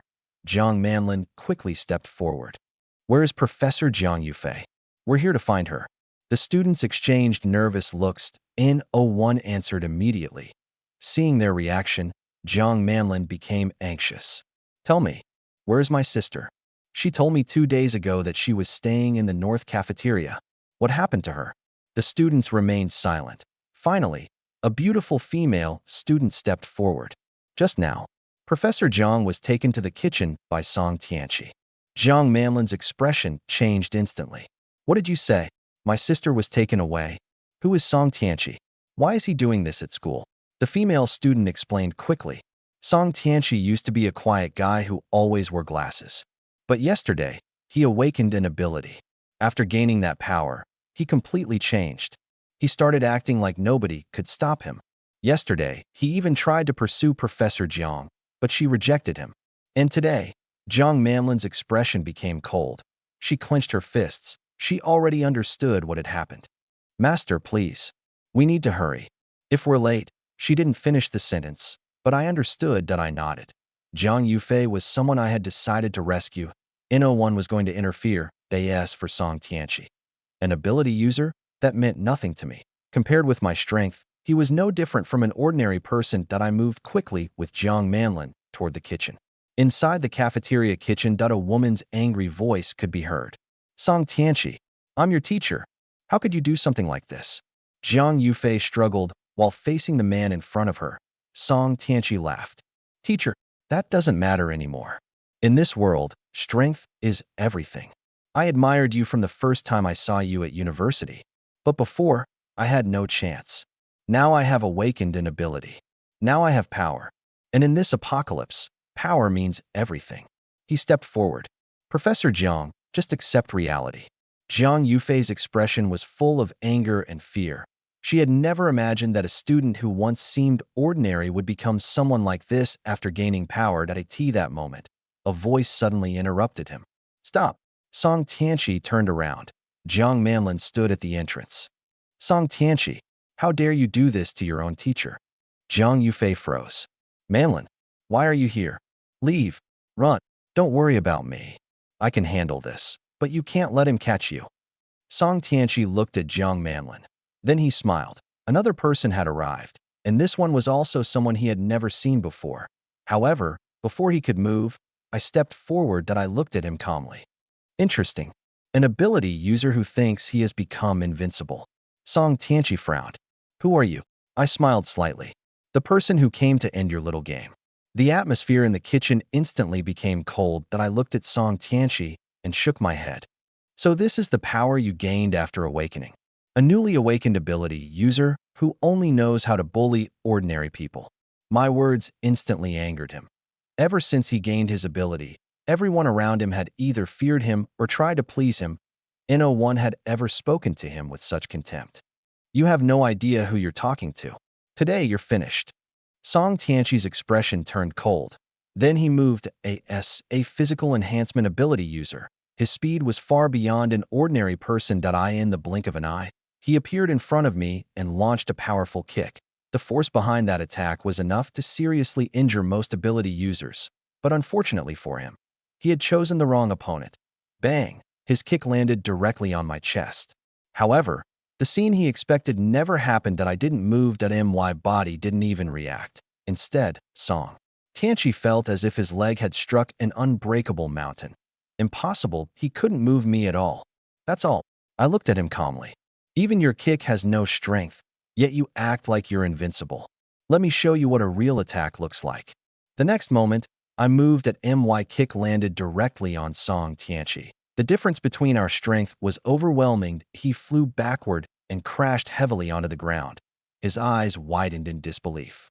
Impossible. He couldn't understand how his enhanced body could be defeated so easily, but he never got the chance to find out. Song Tianchi lost consciousness and never moved again. The kitchen became completely silent. Zhang Yufei stared at me in shock. She knew Song Tianchi was an ability user, and not an ordinary one, that yet he had been defeated. Instantly, the strength I displayed was beyond anything she could imagine. Jiang Manlin noticed her sister's expression and smiled.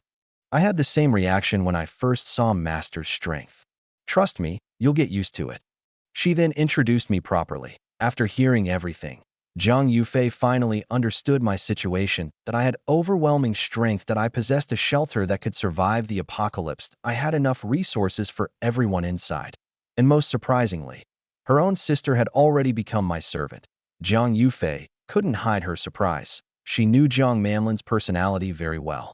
Her sister had always been proud and independent. If someone told her Jiang Manlin had chosen to follow a powerful man, that would already be surprising. But becoming a servant, that was something Jiang Yufei had never expected. Don't misunderstand. Jiang Manlin smiled. Being Master's servant isn't as terrible as you imagine. The shelter is warm, safe, and has everything you could need. There is plenty of food, clean water, and even entertainment facilities. She continued explaining the situation in the shelter. The more Jiang Yufei listened, the more tempted she became. She hadn't suffered from hunger at the university, but life there was still extremely difficult. Cold temperatures, limited supplies, no proper bathing facilities, no comfortable environment. After more than 10 days in the apocalypse, even a simple hot shower had become something precious. Jiang Yufei hesitated. If everything you said is true, then living in your shelter really would be a good choice. But becoming his servant, she couldn't finish the sentence. She had the same hesitation Jiang Manlin once had. Accepting protection was one thing. Accepting a completely different identity was another. That I looked at her calmly. You don't need to decide immediately. I'll bring you to my shelter first. Stay there for 2 days. Experience the environment yourself. After that, you can decide. But I should make one thing clear. If you still don't want to stay after 2 days, I won't force you. Zhang Yufei thought for a moment. Then she nodded. At the very least, going there would allow her to finally take a proper shower. For someone who had been surviving in the apocalypse, that alone was a huge temptation. Jiang Manlin smiled confidently. Let's go then. I believe after seeing the shelter, you won't want to leave. I smiled slightly. I knew exactly how powerful the shelter's attraction was. Anyone who had lived through the frozen wasteland would understand the value of warmth, safety, and abundance. As we passed through the north cafeteria, someone suddenly stepped in front of us. That I recognized her immediately. She was the student who had told us where Jiang Yufei was. Are you taking Professor Jiang away? She asked. Yes, I answered calmly. The girl hesitated. Can you take me with you too? I don't want to stay here anymore. Her voice carried desperation. She then carefully used the last bit of her water to clean her face. After that, she removed her heavy coat. Only then did we get a clearer look at her. Jiang Manlin and Jiang Yufei both froze for a moment. She had a bright and youthful appearance, with a confident charm that stood out even in the apocalypse. She was clearly one of the most beautiful students on campus. That I looked at her carefully. That I hadn't expected that a simple trip to the cafeteria would bring another unexpected discovery, another survivor, another person who might have a chance to leave this frozen world behind. That I looked at the girl standing in front of us. Jiang Yufei seemed to recognize her immediately. You're Jin Xingyue. You actually. She looked genuinely surprised. The girl in front of us was one of Jiang Yufei's students. Before the apocalypse, Jin Xingyue had been famous throughout Jinlin University. She was beautiful, talented, and extremely distant. Many wealthy students had pursued her, but she had rejected them all without hesitation. In everyone's eyes, She was the kind of person who valued her pride above everything else. Yet now, this same girl had stepped forward and asked me to take her away. Jiang Yufei couldn't hide her shock. Teacher, Jin Xinyue spoke calmly. The apocalypse has lasted for more than 10 days. I've thought about many things during this time. I don't think the old world is coming back. All the status, reputation, and achievements from before no longer matter. She looked at me. The only thing I still have that can give me an advantage is myself. So I need to make the best choice possible. Her words were direct, but they were also realistic. Jiang Yufei sighed softly. She understood what Jin Xinyue meant, that in this new world, old identities had lost most of their value. Survival depended on resources and strength. Jin Xinyue had simply accepted reality faster than most people. That I looked at her with interest. Using your own advantages to find the strongest protection. That's a reasonable choice. But why are you so certain that I can give you the best outcome? Jin Xinyue took a breath before answering. Because of Song Tianqi. He awakened his ability yesterday. I know how strong he was. When he took Professor Jiang away, you appeared. You defeated him and brought Professor Jiang back safely. That means you are stronger than him. And in this apocalypse, following someone powerful is the safest decision. Her reasoning was simple, but very clear. Jiang Manlin and Jiang Yufei both looked at Jin Xinyue with surprise. This student had adapted to the apocalypse faster than many people. I smiled. There was no need to waste time convincing someone who had already understood the situation. After that, I brought Jiang Yufei and Jin Xinyue back to the reinforced vehicle. The journey back to the shelter was peaceful. Soon, we arrived. The moment they entered the shelter, both of them stopped. Warm air surrounded them, the clean environment, the complete facilities. Everything looked completely out of place compared with the frozen world outside. Such a warm and comfortable place. There are even entertainment facilities here. Jiang Yufei looked around in disbelief. Manlin, you really weren't exaggerating. Jin Xinyue also looked amazed. If I could stay somewhere like this during the apocalypse, then my choice was definitely the right one. I watched their reactions and smiled. This shelter had always been my strongest advantage. Anyone who experienced it would understand how valuable it was. That I called out. Shun Xian. A moment later, she appeared. Yes, master. Take these two around. Help them get familiar with the shelter rules. Shun Xian nodded. Understood. She then brought Jiang Yufei and Jin Xinyue away. I wasn't worried about Jiang Yufei anymore. She had only hesitated because she had never seen this place. After experiencing the shelter's comfort, leaving would become a much harder choice. As for Jin Xinyue, her decision had already been made. That I had gained two new survivors, and more importantly, two people with strong adaptability. While I was settling things inside the shelter, another person arrived at Jinlin University's North Cafeteria. His name was Chen Zhu. Like Song Tianqi, he was also an ability user. He looked around coldly. From what I know, Jiang Yufei and Jin Xinyue should still be here. Where are they? The students nearby became nervous. Chen Zhu had come here for a simple reason. He wanted to find Song Tianqi. But what he found instead was something completely different. Song Tianqi was already dead, and the two people he was looking for had disappeared. The information made his expression darken. Answer me. Where did they go? The students hesitated. Chen Zhu's patience disappeared. A sharp bone spike suddenly appeared from his hand and struck the ground beside them. The students immediately panicked. They were taken away. Earlier, Song Tianqi brought Professor Jiang toward the kitchen. Then a man and a woman appeared. The man defeated Song Tianqi and rescued Professor Jiang. Another student quickly added, and Jin Xinyue left with them. She asked the man to take her away, and he agreed. Chen Zhu's expression became colder. The opportunity he thought he had was gone. Someone else had arrived first. After a moment of silence, he turned away. Fine. If those two are gone, then I'll find another target. A different name appeared in his mind. Another famous student at Jinlin University. Someone with a completely different style from Jin Xinyue, but equally noticeable. Chen Zhu narrowed his eyes. Then tomorrow, I'll go find Stella.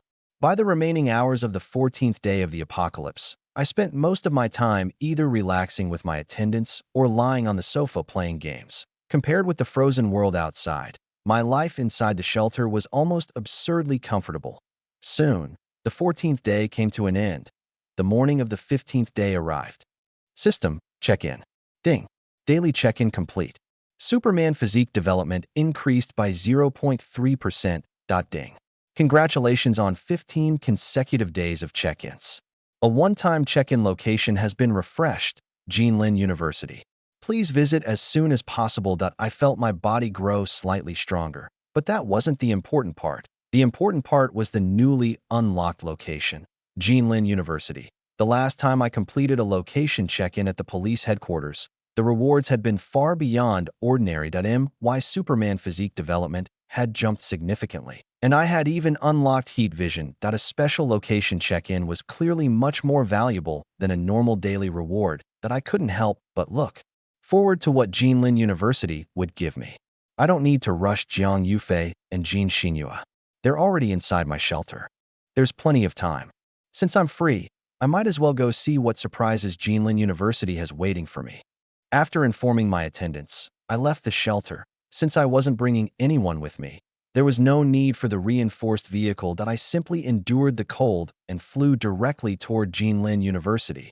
When I arrived above the campus, I activated the system. System, check-in. Ding. Jinlin University location check-in complete.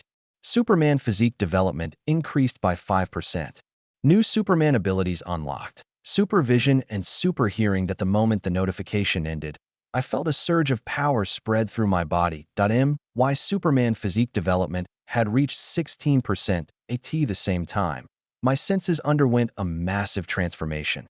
The world around me became completely different. With supervision, distance was no longer a problem. With super hearing, even quiet conversations happening far away could reach my ears clearly. Interesting. My ability to observe everything around me has improved dramatically. Not that anyone in this world should be capable of threatening me, but having extra protection is never a bad thing. I decided to test my new abilities. Within moments, almost everything happening across Jinlin University came into my awareness. Most of it was meaningless, but then interesting. Something is happening near the International Student Dormitory. I smiled. Then I moved instantly and arrived above the building at the entrance of room 202 in the International Student Dormitory. A foreign man was tied to a chair. Standing beside him was Chunju, one of Jinlin University's awakened ability users. However, Chunju wasn't focused on the man. His attention was fixed on the locked dorm room. Stella, if you don't come out soon, your boyfriend Peter is going to suffer the consequences. Chunju spoke with a cold smile. A sharp bone blade formed in his hand. The man tied to the chair immediately panicked. Stella, please, help me. But the cries did not move Chunju. His expression only became colder. So your boyfriend isn't enough to make you come out immediately? Fine. I'll make sure you understand the situation. The pressure continued. Finally, the dormitory door opened. A woman stepped out. She was tall, with pale skin, striking European features, and an appearance that immediately stood out. Even after days surviving in the apocalypse, with simple clothing and no chance to properly take care of herself, her presence was impossible to ignore.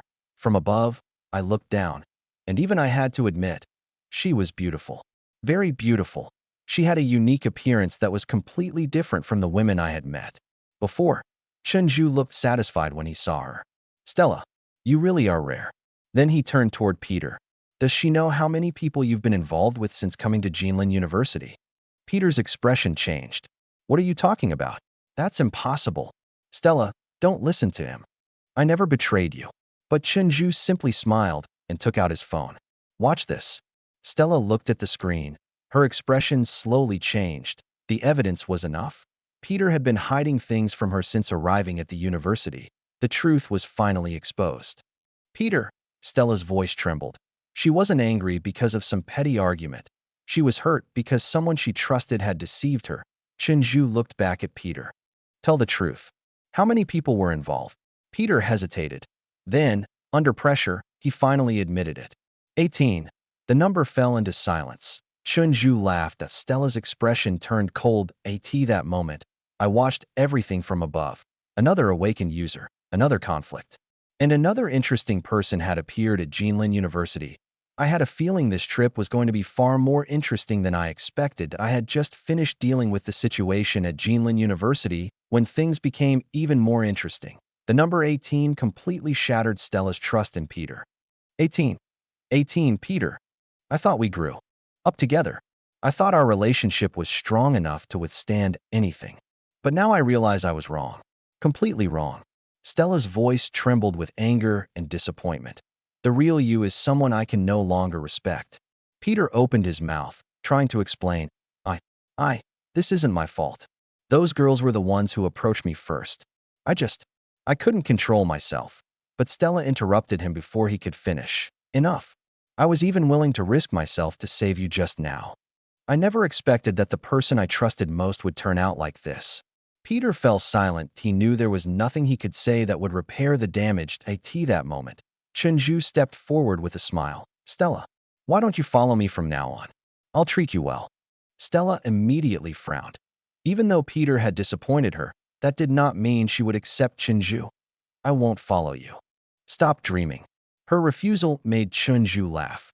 Before the apocalypse, rejection might have embarrassed him. But now, the old rules no longer mattered. He was an awakened ability user that he had power. And in this new world, power decided everything. Stella, you still don't understand the situation. Whether you follow me or not isn't your decision anymore. Chenju moved forward. His ability activated, and sharp bone structures emerged from his body. The people around them watched nervously, but no one dared to interfere. Everyone knew Chenju was an awakened user. Nobody wanted to become his next target. Stella struggled, but the gap in strength was overwhelming. Then Chenju turned his attention back to Peter. Peter, do you agree if I take Stella? Peter froze. He couldn't believe Chenju was actually asking him that question. But the threat in Chenju's eyes was obvious. His bone blade moved closer. Peter's face turned pale. I agree. I agree. The moment those words left his mouth, the entire room became silent. Stella looked at Peter with disbelief. The last bit of hope she had disappeared. Chenju smiled. You see? Even your boyfriend understands reality. Resistance is pointless. Just as Chenju was about to continue, I finally decided I had watched enough that I moved. In an instant, I appeared beside him. One finger strike sent Chenju flying backward. The force slammed him into the ground. Everyone froze. That I looked at him calmly. Sorry. This woman is someone I'm interested in. You're done here. Chenju slowly stood up. His expression turned furious. You're also an awakened user? A physical enhancement type? I smiled slightly. Believe whatever you want. That's your business. I'm only here to tell you one thing. You cannot touch her today. Those words completely enraged him. Normally, Chenju might have tried to judge my strength first, but anger had already taken control. First Jiang Yufei, then Jin Xinyue. Now Stella. 3 people he believed were already within his grasp had all been taken away. That he couldn't accept it. Damn you. You dare steal my woman? I'll kill you. Hundreds of bone spikes erupted toward me. Each one carried enough force to seriously injure ordinary people. Even many awakened users would have struggled against such an attack. But unfortunately for him, his opponent was me. The bone spike struck. All of them. The crowd held their breath. Chenju smiled. Then his expression changed, because I was still standing there. Not a single wound. And no, that's impossible. You blocked all of those attacks with your body? What kind of physical enhancement ability do you have? Who are you? I looked at him coldly. Who am I? You're not qualified to know. You only need to understand one thing. You're about to die. The next second, I appeared in front of him. 1 punch. That was all it took. Chenju's body flew backward. The fight ended instantly. The surrounding students stared at me in shock that a powerful awakened user had been defeated in one move. They finally understood the gap between us. That I ignored the whispers around me and walked toward Stella. Chenju is dead. And as for Peter, you already know what kind of person he is. I think you should come with me. Stella looked at me with a complicated expression. Then she gave a cold laugh. So in the end, you want the same thing as Chenju. You're no different from him. I shook my head. No, you're mistaken. I don't force women to do anything. I only make trades. Then I opened my storage space. That a full meal appeared in front of her. Fresh food. Warm dishes. Something almost impossible to find in the apocalypse. Stella stared at the meal. For the first time in many days, her calm expression broke. She swallowed unconsciously. Her stomach had already answered before she could. That I watched her reaction. The choice was obvious. In this apocalypse, survival was the strongest bargaining chip. And I had plenty of it.my offer made Stella hesitate. The food in front of her was something she had not seen in a long time. Since the apocalypse began, most of what she had eaten had been simple survival supplies. They kept her alive, but they were nothing compared with a freshly prepared meal. She stared at the dishes, the warmth, the smell, the taste she could almost imagine. If I follow him, then I could probably have meals like this every day. Her thoughts were conflicted. She had survived this long by relying on herself. Accepting help from someone else meant accepting a new reality. But the reality of the apocalypse was already here. That I watched her struggle for a moment, then decided to give her another reason. If you come with me, I can provide unlimited drinking water. You'll also have enough water to wash properly. I waved my hand. Several containers of clean water appeared in front of her. Stella stared.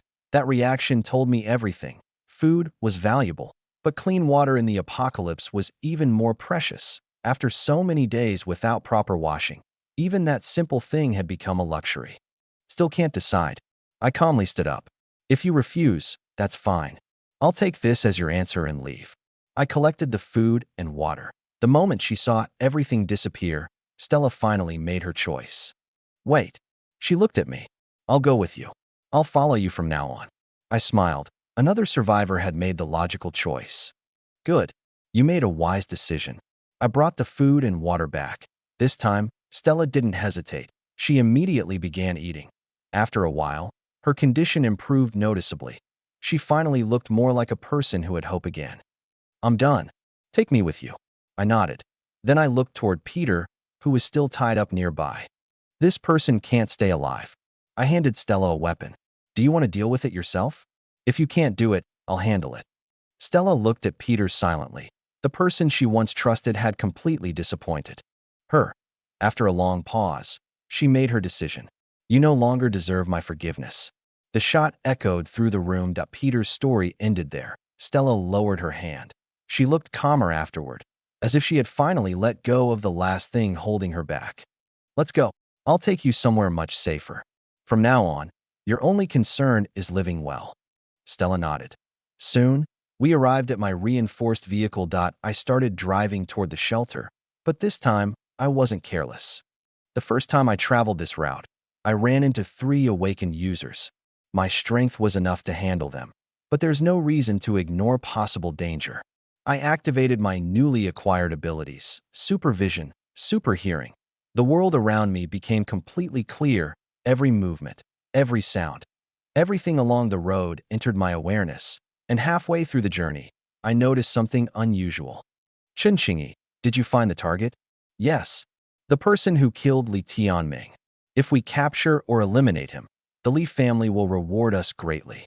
The man called Chun spoke excitedly. His companion beside him was Su Chun. A powerful awakened user. Su Chun possessed both physical enhancement abilities and earth-based elemental control. Before and after the apocalypse, he had been closely connected with the Li family and enjoyed resources far beyond ordinary survivors. The person speaking with him was Chun Qingyi. That he possessed a special vision ability and ice-based elemental control. His vision ability was not an offensive skill like the laser abilities of some awakened users. Instead, it focused on observation and detection. That made him an excellent tracker. Brother Su, should we ambush him here? If we kill him or capture him, we'll gain a huge achievement. Su Chen shook his head. No, that wouldn't maximize our reward. We follow him. We find his base. Then we take everything. His supplies. His resources. Everything. Chun Qingyi immediately agreed. Excellent plan. Let's do that. Their vehicles started moving. They kept their distance. With Chun Qingyi's ability, losing track of me was impossible. And because they stayed far enough away, they believed I would never notice them. They were wrong. That I heard every word. So the Li family already knows Li Tianming died by my hand. Interesting. Not only that, they already have awakened users working for them. I smiled slightly. Right now, 2 major forces had their attention on me. The Dragon King Association and the Li family. The situation was becoming more interesting, but fear, I had none. My strength was already far beyond ordinary awakened users. Even if both groups gathered all their forces together, they still wouldn't be enough to threaten me. Those 2 actually want to follow me back to my base. How amusing. If I let that happen, then I wouldn't be Yi-Tian. I stopped the vehicle. Stella looked at me curiously. Stay inside. I'll deal with a small problem. I'll be back within 30 seconds. She nodded. I locked the vehicle. Then I stepped outside. A faint smile appeared on my face. The two Lee family members had no idea what was waiting for them. The next moment, I moved my body shot into the sky, and I flew directly toward them. The moment Chen Qingyi saw me approaching, his expression changed. Brother Su, something is wrong. Su Chen frowned. What happened? Chen Qingyi stared into the distance with his enhanced vision. He's moving toward us. That's not strange. We were already following him. No, he's moving through the air. Silence. Su Chen froze. What? He's flying. What the hell? Before they could react, I had already arrived in front of their vehicle. I landed directly above it. With a single step, boom, the reinforced vehicle collapsed under my strength. The entire car was destroyed instantly. Before either of them could recover, I reached inside and pulled them out. To them. Everything happened too quickly. One moment they were tracking me. The next moment, their vehicle was ruined and they were completely helpless. A few seconds later, I carried both of them back to my own vehicle and threw them onto the ground. I looked down at them. If you don't want to die, tell me everything you know about the Lee family. Otherwise, I'll show you what real pain feels like. Only then did they truly understand their situation. They had underestimated me. The person who killed Li Tianming was far beyond anything they imagined. How? Are you two unable to hear me? Or are you refusing to answer? My voice became colder. If you continue staying silent, I'll have to use other methods. That finally broke their courage. Su Chen and Chen Qingyi had both lived comfortable lives before and after the apocalypse. They were not loyal soldiers. They were survivors who valued their own lives above everything else. Su Chen swallowed nervously. If we tell you everything, will you really let us go? Chen Qingyi quickly added, swear it. If we tell you the truth about the Li family, you must release us. I almost laughed, but I kept a calm expression. Fine. I'm not someone who kills without reason. I keep my promises. I swear that if you tell me everything you know about the Li family, I will let you leave.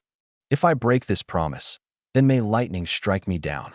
After hearing my words, both men relaxed slightly. They didn't truly believe in oaths, but they had no other choice. This moment, their survival depended entirely on me. All right, ask whatever you want.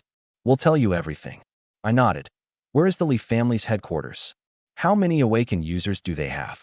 How much power do they control? Su Chen answered carefully. The main branch of the Li family is located in the capital. Their Jinlin City branch operates from the Gulu building.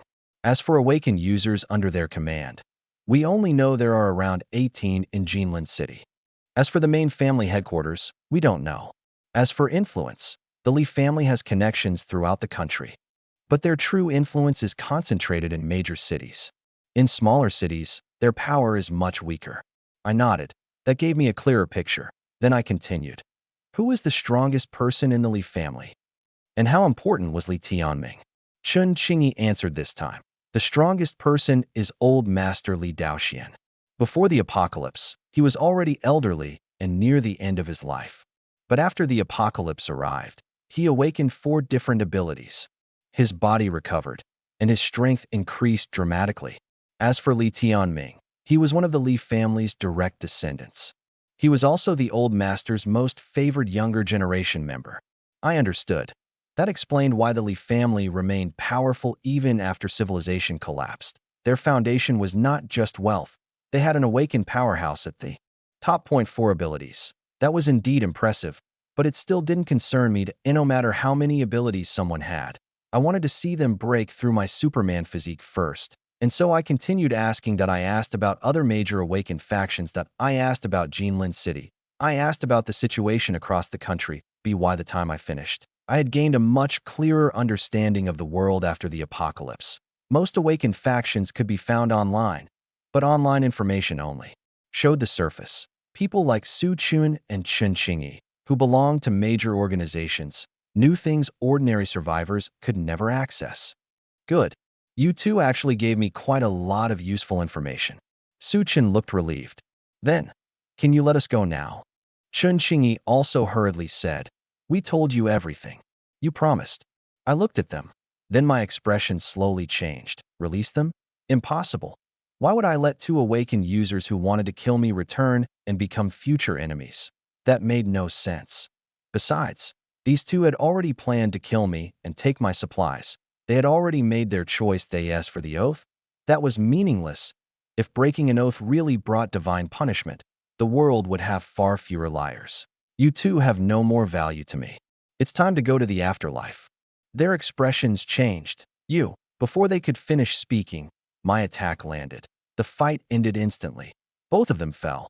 The two awakened users who had come from the Lee family were gone. I returned to the vehicle. Stella watched silently as I continued driving toward the shelter. I looked out at the frozen world ahead. Awakened users are rare, but the population of this world is enormous. Even a small percentage means there are still countless awakened people. And compared with ordinary survivors, awakened users have a much higher chance of survival and obtaining resources. So the existence of factions like the Lee family and the Dragon King Association makes sense. The apocalypse had only just begun, and this world was already becoming much more interesting.